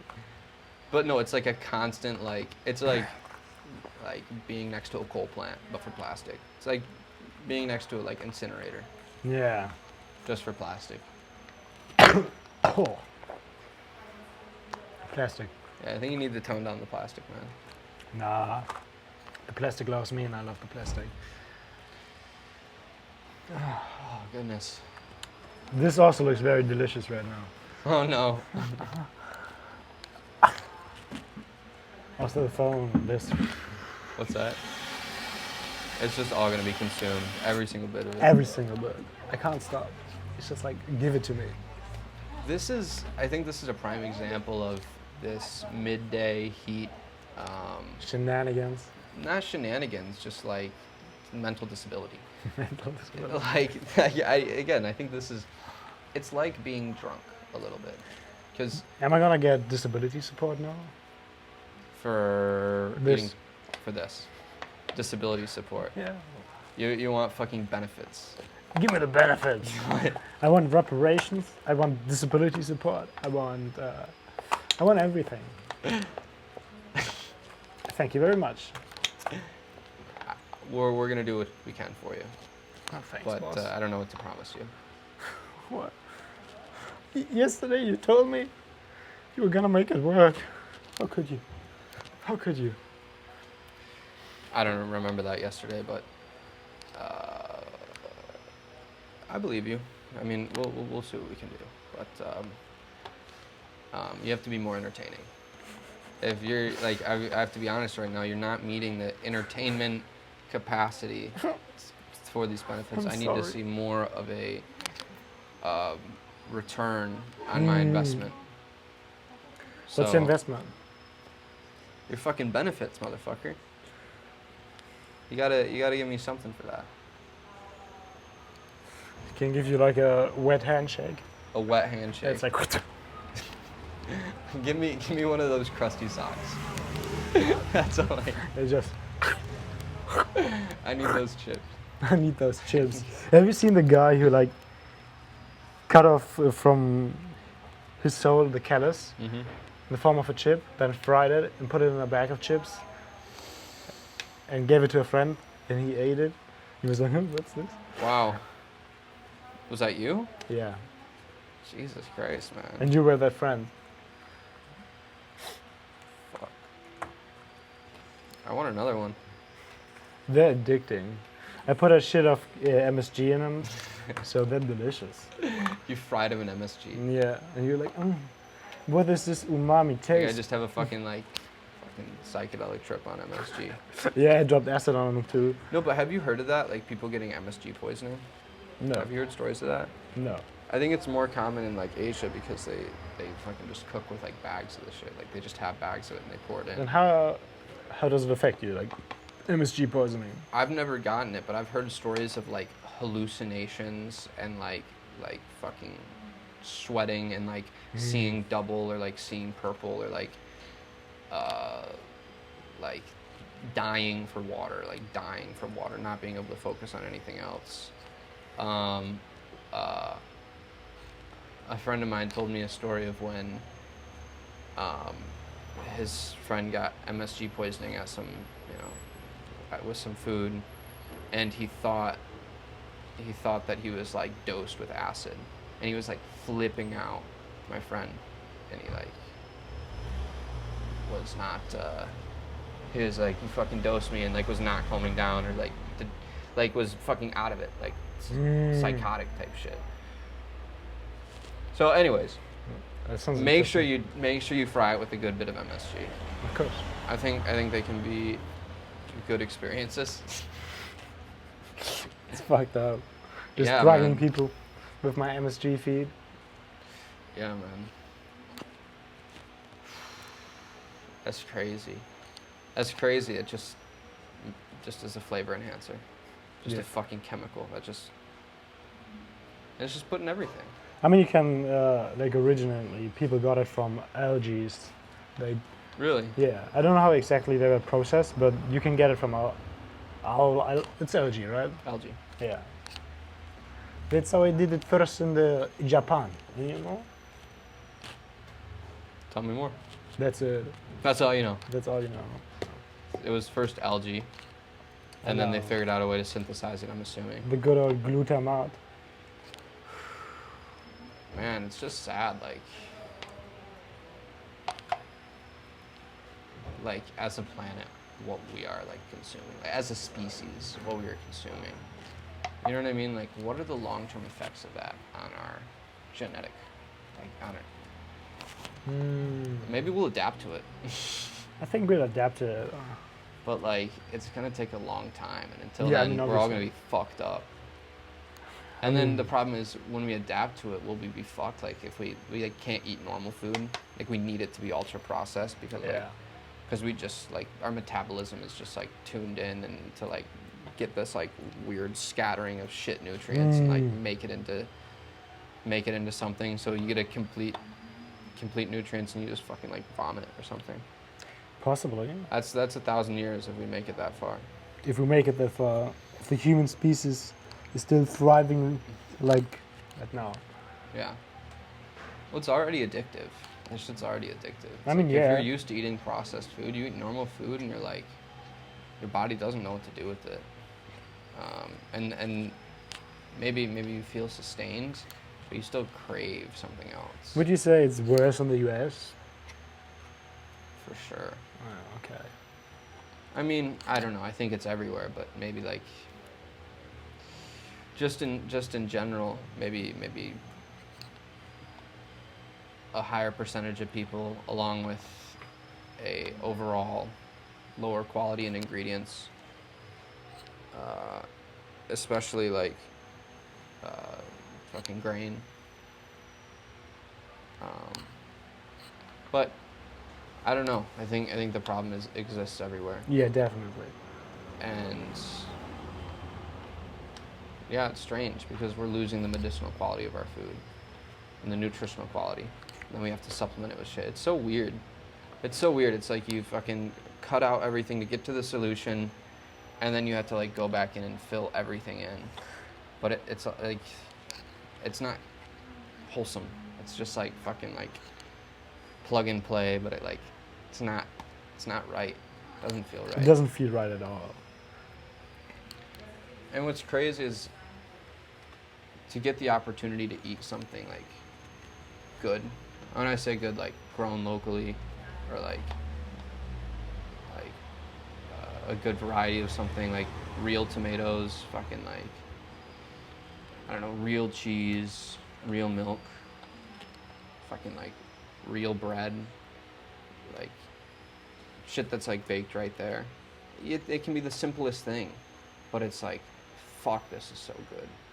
Like It's way this better. tomato tastes like a fucking. But realistically, the chances of that happening are like super low because we're so many people to actually like produce food locally in masses for so many people that's like utopian. I don't think so, because there's so much farmland that's being abandoned, and it's so much farmland that's happening on an industrial scale. And if more, what it is people are convinced that they don't want to do farm work because the other life is going to be better. In the city, it's going to be better. Doing stuff like this would be better because fuck working in a field, it's a lot of work, and 100% it is. But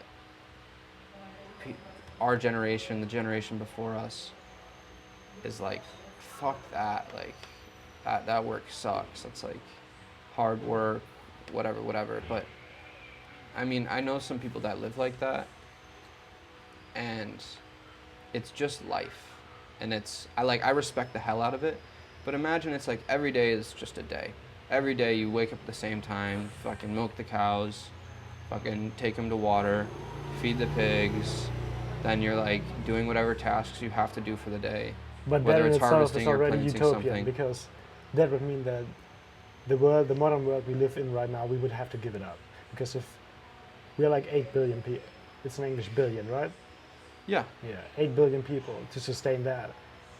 Maybe, but majority of people, the vast majority of people would have to give up their life and do like actual farming. Well, I think it might swing back that way a little bit because the condition with our food is getting so dire that, I mean, for me, I don't feel like it's a choice. You know, like I'm like, this is something I have to do. Like I can make sacrifices for a period of time, but I don't want to live like this. Yeah. I don't want to have a family like this. You know what I mean? So I feel like it's forcing the issue. But you're right, it's not going to be everyone. But it's I guess in how you're framing it, it's better if it's not everyone. Because then there's more space, I guess, there's more opportunity. I mean, it's unfortunate, but it's like if the children don't want to continue farming, they'll give up the land. They'll sell the land Yeah. to buy an apartment in the city. So then that means there's more land available at cheaper prices. Well, it depends on where you are. And hopefully, like, what's happening is a lot of these fucking corporations are buying up that farmland.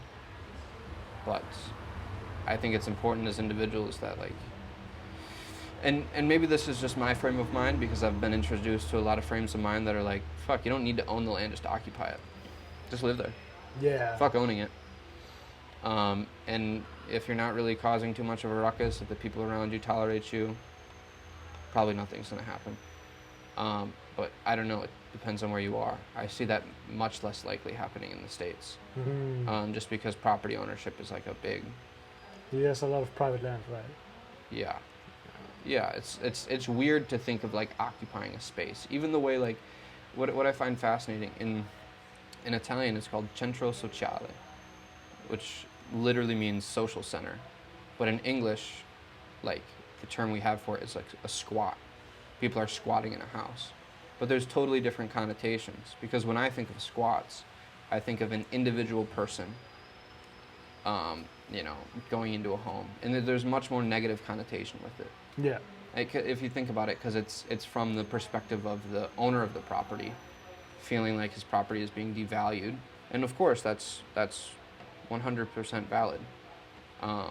and like I feel like the cases that I've heard about are like more in favor of the property owner's side. Like it's like a vacation home or something like that.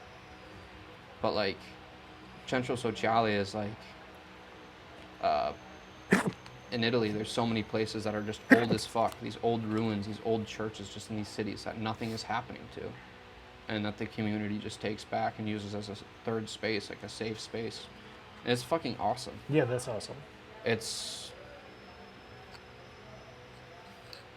I don't even know... Oh, yeah, about ownership. And so talking with people like that, it's like, no, you don't need to own the land. But I don't know. I'm very much programmed to think, have the land, that way it's in control, that way it's like stable. So I don't know exactly what system is best, but it's something that I'm fascinated to learn about, right? Maybe it works in some places, maybe it doesn't. But I admire how faithful people are, that it will work. And it's nice because it's like, yeah, it just comes down to people. If you can make it work with people, fuck the paperwork. Yeah, for sure. Really, really. And for me, that's so fucking... in the end, it's just a set of belief and putting it into action. Yeah, and it can get complicated because if different people believe different things, that's when it's better to have things put into paper. So you can agree on something. Yeah. But it doesn't need to be that way if people like can really like agree on it. But I think that's probably one of the most difficult things in the world. But I think that's the tool. That's the tool that we have for our freedom. It's not doing it by ourselves. It's by connecting with other people and using that to build something. And then at the very least, if you don't build anything, you still have the fucking fun of being with people. So.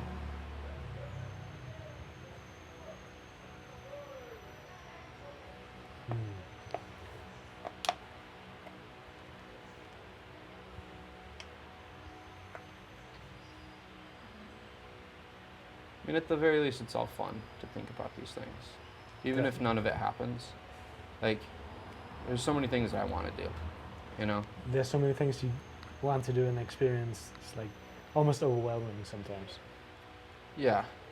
And the funny thing is it like works in reverse. The more things you want to do, the more patience you need to have. Because life is short, but it's also long. A lot of experiences can happen in this life, can be experienced in this life, and the more patient, I find myself with way more opportunities for experiences, and I'm not going to distinguish between good or bad experiences, but when I'm patient and when I sit with whatever experience I have, it's like a different muscle is activated. Like you're engaging that opportunity grabbing, muscle. And for me that comes down to learning something. And yeah, so for me that's it. That's it. I mean, the world might be burning, whatever might be happening, and I understand like the emotion behind things that are happening 100%. But for me, what keeps me going in my life is that. Your personal passion. But it's more than passion because or different than passion because it's not. Or I don't know. Maybe that is what passion is, but it's like. Yeah, now I'm really thinking about it. I don't know. I don't know if it is just a passion or if it's like a necessity. But then why would it be a necessity? Just things are the way they are, living in that. But something about that just doesn't... I need to dive into it. I need to explore it. Yeah, you need to explore it's it. not properly just, experience it. Yeah, that's not not just way. like I can't do the fucking skipping along the surface thing. No, doesn't work that way. Maybe it works for some people. Some people just have a very limited band of experience, limited band of places that they've been doing the same thing over and over and over again, And maybe there's something magical in that too. I'm sure there is, and the ritual, and the simplicity. But the type of person I am, I always wonder, what's over there? Yeah, it's What's over there? Curiosity. You know, what's going on? Well, what is that? You know. And what's funny is it's like, it's not like any of it's that much better. And maybe it is, but the best thing you can do, I don't know. The type of person I'm thinking about is like the stable middle class American that like lives in the suburb and just like, you know, goes to school, does the whole thing, gets the job, Yeah. buys the things, has the wife, has the kids, takes them to school, you know, that whole thing. And again, nothing against that, but it's It doesn't sit right with you. at least in this system. For me Like, neither. I just, because for me, being in the system, growing up in the system, it just didn't, it's never felt right in any way. It's always felt weird. What's appreciated and what's expected. What's not appreciated, you know, what's looked over. Then what's important, which is very strange. It's like someone's always like paying attention to something other than you. It's like someone's talking to you and they're like looking over their shoulder and like speaking about this thing of like what you're doing and like who you are not in terms of like who you are, but like what you have or like what you're doing or your actions in some way. And yes, your actions are how people conceive of you. But it's not what necessarily defines you as a person. No, because actions are tests. Yes. Like, I think a lot of action when we're figuring stuff out is, okay, what does A equal? A, B. Like just act. A, what does A equal? That. Okay, figure that out. And then it's like once we get the controls, this action does this, makes this result, this action makes this result. Of course, it's never perfect, but it's like with understanding people and like fucking when we're young, like understanding like how to walk, like shit, like, you know, like basic shit to like intellectual, like or social connection stuff. And then after a while, we have to decide what actions we want to repeat, and then that becomes our character. Yeah. But it's silly, I think, to label someone based on their actions because a lot of time it's like we're fucking learning. I'm testing this out to see if I like it or not. It doesn't have to be me. I'm acting in that way now, but just so I can know what it is to be that way. And once I know what it is to be that way, then I don't have to be that way because I know what it is to be that way. Yeah. But if I didn't act that way, then I wouldn't know that. And I would, again, maybe it's just a certain type of person, but No, for me it's like, I don't know. I wanna know it. No, I know what you mean. It's like you just try out one thing, do that for the rest of your life, but can you be certain that's the way you actually want to be? That's the way you want to define yourself. If you don't experience multiple things, try out different things, can you truly be certain that you found your way of being, I guess? Well, but that's where I think it's like it doesn't matter because it's not.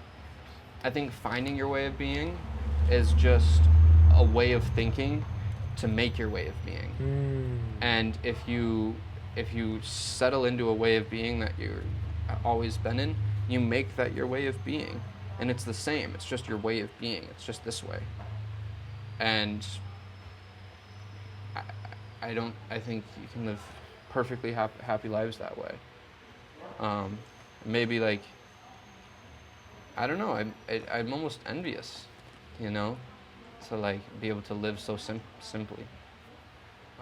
Because it's fucking hard not to. But at the same time, I'm not envious because I enjoy the challenge. Yeah. It's enjoyable to me. But I don't think it's everyone. It's definitely not everyone. It's definitely not. Yeah. But it's hard for me to imagine like what that feels like to just be in one thing forever. Because for me, like learning and new ways of things is it's such a high. It's such a Yeah. drug. It is. And it's good too because I like how it creates me. I like what it turns me into. I love it. It's more patience, more patience. I tried to. Like, I don't know. That's the feeling I get. I don't think it's super linear, and I wouldn't claim it to be, but I just slowly feel more Almost accepting. nothing in life is linear. No, for sure. Most things are cyclical.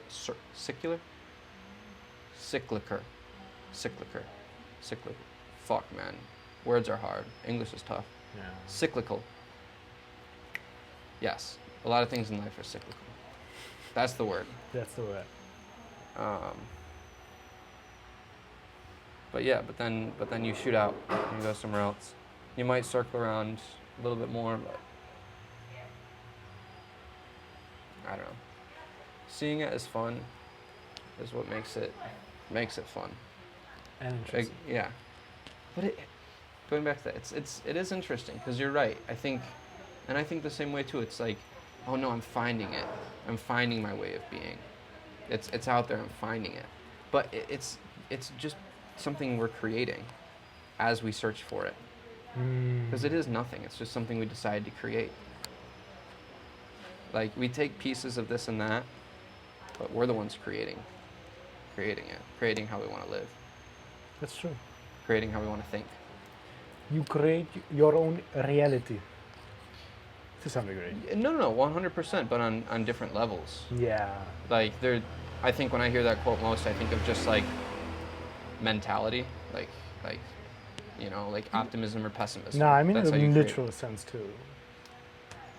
Because the way you think, the way you act, the way you interact with certain experiences, with people, makes you who you are, makes you the way you act, everything.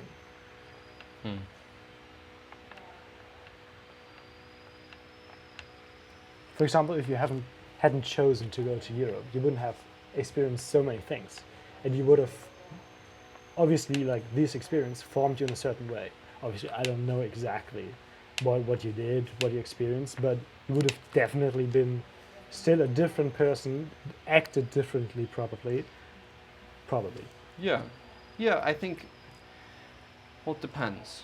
I don't think everyone has the opportunity Yeah, of course not. to just No, absolutely not. travel. That's a Right. privilege in itself. 100%. But what we all have is a choice of our mentality. Like, Yeah, you can't choose to just have things. Sometimes you just don't have things. Yeah, life And is not that's life is not just. But yeah, it's how you think about it. And I mean, there are perspectives I can't even imagine.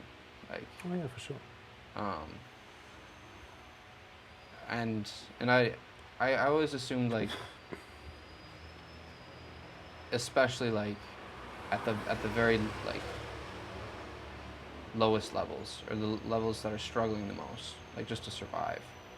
Like, it's hard to have that mentality of that you're in control of anything, because the world has hit you with so many things. But I've found it interesting. Some people I've talked to have been to me, like, almost like saddeningly, like, guilty for their position, not knowing why,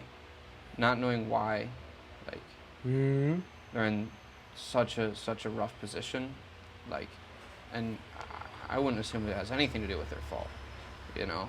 Like, when I hear these stories, it's like, holy shit, like, a lot of shit happened to you, but, like, still people are like, yeah, I think I'm just thinking about it wrong. And Not to me, necessarily. but to me, like, that, I can't even imagine being in that circumstance, being in that set of parameters, and being able to think in that way. Yeah. Hello. Sorry, I just wanted to ask, have any one of you done the hike in, like, the Albanian Alps? Yeah. I do. Do you know, because like from Skoda to Valbona, you take like the buses and the ferry. Yeah. Which time do you arrive in Valbona? So I didn't go to Valbona. I went to Tef, and there I did like the mountain pass between Montenegro and Albania. It's like you can do like 5 day. I did like a 2 day hike because I was alone. I didn't want to bring too much stuff, and I drank like water from the stream, got sick and diarrhea. Okay, so you would not recommend doing that. And no, don't do it. Okay. No, But- it's a certain. You have to pay a little extra for it. It's part of the experience. Okay. Yeah. Because you still have it, right? It's been like a week. Oh yeah, still have diarrhea. Nice. That sounds so good. Exactly. But you can either go from Tef or Valbona, but I think it's easier to go to Tef because there's like a direct bus from Skoda to Tef, and it's like €3. 3. Yeah, 3. Why is everyone going to Valbona then? I don't know. I have no idea. I was just thinking like, the Alps, I go there. Yeah, because like most hostels recommend to go like to Valbona and then Yeah. back to Tav and then take the bus back from Tav. Might I be mean- because it's easier because to get back from Tef, Oh yeah, makes sense. you have like the difficult trip to Valbona and then Yeah, go but do to you know Tef. how long the trip to Valbona takes usually? Not at all. I'd say just send it. Just say. Just send it. No shit. Go for it. Yeah, because I want to figure out if I should stay like 2 nights in Valbona, so I can like explore the national park around there as well. Yeah. Or I if would I say- can do this after the bus. So I More say- time is usually always better with this shit. And if anything, leave it open-ended. Oh, so in Tef, I think there are no hostels. So But like homestays and stuff. yeah, exactly. Yeah. And they were pretty expensive. I just slept in a tent in the forest, so I wouldn't know. But But I don't have a tent. yeah, that's the issue. Yeah, I have nothing to camp. So I will not do that. You're missing But out. it's like €30 a night, including 2 Yeah, or that's 3 fine. meals. That's actually super good. Yeah, that's what they recommend. Oh, in Tef there's a zip line, which is like 1.5 kilometers long, and you go like from the mountain down, Yeah. and it's €20. You should do that. Did you do that? Yeah, I With came down. diarrhea? Yes, Oh, and my hell. There's backpack like a and slip and everything. slide. Yeah, it's just like it propelled me, whatever it's called. Like I got fast. I was just like shitting while on the zip line. It's like, Yeah, it's like nitrous. yeah, exactly. It's like I was Rocket in- fuel. Exactly. Okay. Oh. Yeah, okay, so I'm not really, like, I don't know it more than before I asked you, just some more That's usually how it random happens. Yeah, I know nothing about this subject, by the way. you're just giving a shit. I'm just trying to make it as confusing as I can. Yeah, I love that. Perfect. Yeah. Have you found anyone else who went there? I mean, a bunch of people went there, but they're not here right now. Where I tried to send this email to book my shit. Ah, damn. Have you tried? Do the hostels like offer that? Yeah, like Mm. I'm staying at Wanderers, which is like the hostel to go to, and they book the things for you, and then Huh. I mean, I think if So- you just go, it's fine. You'll manage, and either way, it's beautiful there. I mean, and just ask other people too. Like, probably other people know. Not okay, us. so I'll just wait We- with my email. Sure. Or just go. So, Pull through. we're recording a podcast right now, but I mean, if you want to sit down and talk, you can if you're Oh my interested. God, no, I'm sorry. I don't want to interrupt you guys. Well, you already interrupted us. Oh no, I'm leaving. No I'm worries. leaving now. Go for it. Okay. All right, it was a pleasure. Hope you Yeah. got some information. Thank you. Enjoy the nature. Yeah. Diarrhea. It's like that's so funny. That like scared her off. Huh? It's very funny. Like if you think about the 2 interactions we had, they're very very opposite, right? Oh, so yeah, that for that sure. guy came in and he saw the podcast and he's like magnetized to it, and then like she was like, podcast, fuck, get the fuck out of here. I don't want to fucking be a part of this. Which, look, I understand. Because we're menaces. You don't We're want to. You don't lunatics. want to like be connected to us in any way. Yeah, I can understand that. I hate us both too. Disgusting. Yeah, I think it's tough. It's tough to have all the information because like when you travel, you want to like Yeah, this is here. In the sun. It's all good. But it's like, yeah, it's good to ask people. But at the same time, like, can't you see, like, how did I surprise her with that? You know what I mean? Is this low key? That's kind of like nice if it's this low key. Like I thought it's obvious that we're like fucking recording something out here. I have a phone set up. I have a fucking. I mean, yeah, I wouldn't assume so either. I've never seen someone do like a podcast or like do something for YouTube. I've seen people do like shitty TikTok dances. Mhm. That's it. But this is better, right? Like. Yeah, obviously. Fucking This hell. is worse. This is worse. for No, sure. no. It's like, this is way more authentic. Because we're literally just talking about whatever. Just letting Yeah. our mind go. Well, yeah, and I don't think there's anything necessarily fucking courageous about that, but I think for me it's more. It's a frequency that I'm livable. That's livable for me, right? And I'm just gonna be honest, because like the only way that I can do this is if I just like say what's on my mind. Like I don't mean like any fucking like negativity or anything, but like Yeah. shit like that is like draining for me. Like I totally understand, and like honestly maybe it's an insecurity because it makes it hard for me to like ask for stuff from people, because it's like, oh fuck, they're gonna like think something of me. But like I don't know, like if I knew, like I would love to, like I love to talk about things I know, but like it's like with all that shit, and maybe it's just the person I am, because like I don't know shit about this hike or where that goes or this or anything. I don't know anything about this, so it's kind of like fucking weird. But I don't know. Maybe I'm just being too pessimistic. I think you're being too pessimistic in this case. Yeah, So- I don't know. Was an innocent approach. No, 100% innocent. Yeah, of course. I don't. I just small things annoy me, man. Yeah. I don't. I wish I was, and that's why for Just me. like when you start walking, you suddenly start like fucking Olympian walk, fucking running everywhere because you're so hyper focused on the point, and be like, I have to get there, and I'm just like, oh, Yeah, I'm going. yeah. No, it's hard. It's hard to break out of that. I get what you mean though. When I hike, I go super fast. Mostly because of the sun. I'm like, damn, it's gonna get too hot, and I hate it. But I tend to walk a lot faster when I hike. But when I just casually walk, I'm super slow. Yeah, I don't know. I think weed helps a lot with that. For like, Oh yeah, for sure. oh, look at that over there. Look at that Yeah, over there. yeah. But like, usually it's like, I don't know. Like, I wanna like do, like move. You know, I want to like once my mind is on something, like I want to be there, like doing the thing my mind's on, cause like my mind's like already there. Yeah. So it's like my body is just like catching up, you know. But it's hard to break out of that and just like put my mind here.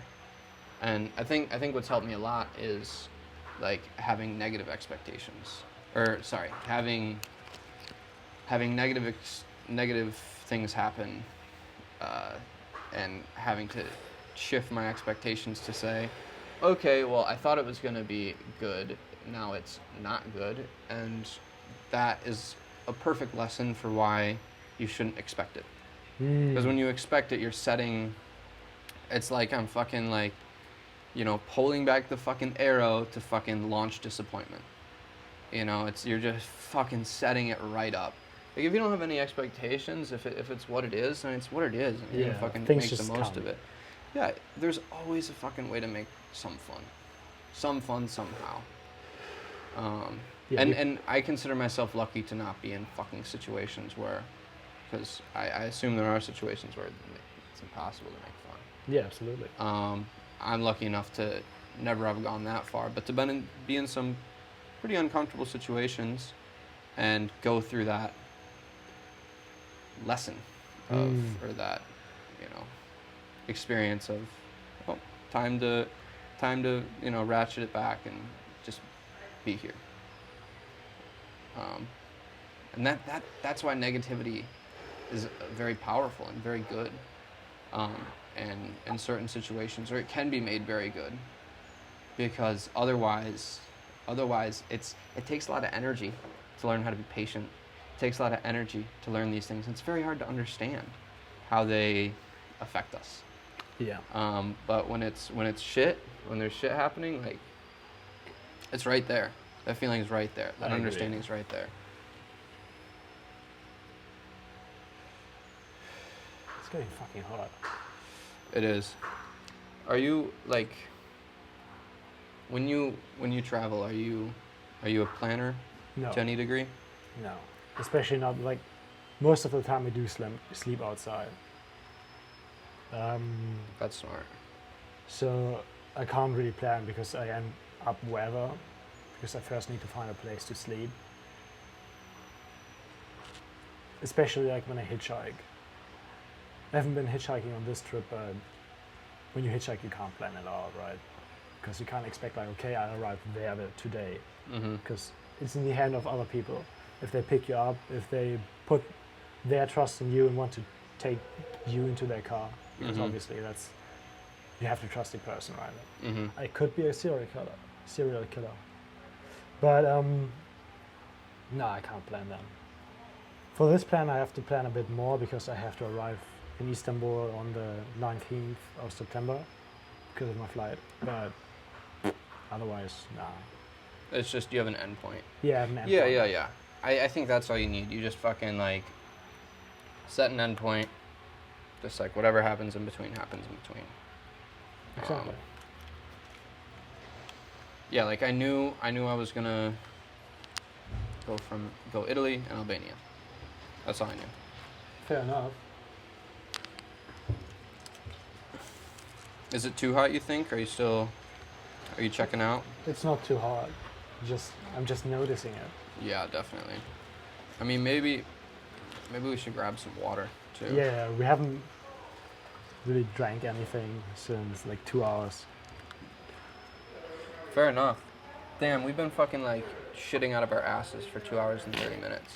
Just absolute Diarrhea. Sorry. It's my fault. They should make a language for that. Diarrhea language? Yeah. Yeah, exactly. So that means like to go. Exactly. No, we can't get into that. We can't. Nah, let's not do that. It's too much. Too much to handle. For Too much. genius minds. So you're saying you're just now noticing the heat? You can have these. No, it's just more. So it was hot earlier, but since we've been sitting, it kind of, you notice it more. I don't know how to explain that. Well, I think for me what's happened is the fucking sun has started to fucking consume me. Yeah, true. And that is definitely a feeling, you know? It's pleasant. It's like a pleasant torture. At least that's the only way I can see it that allows me to maintain my being in it.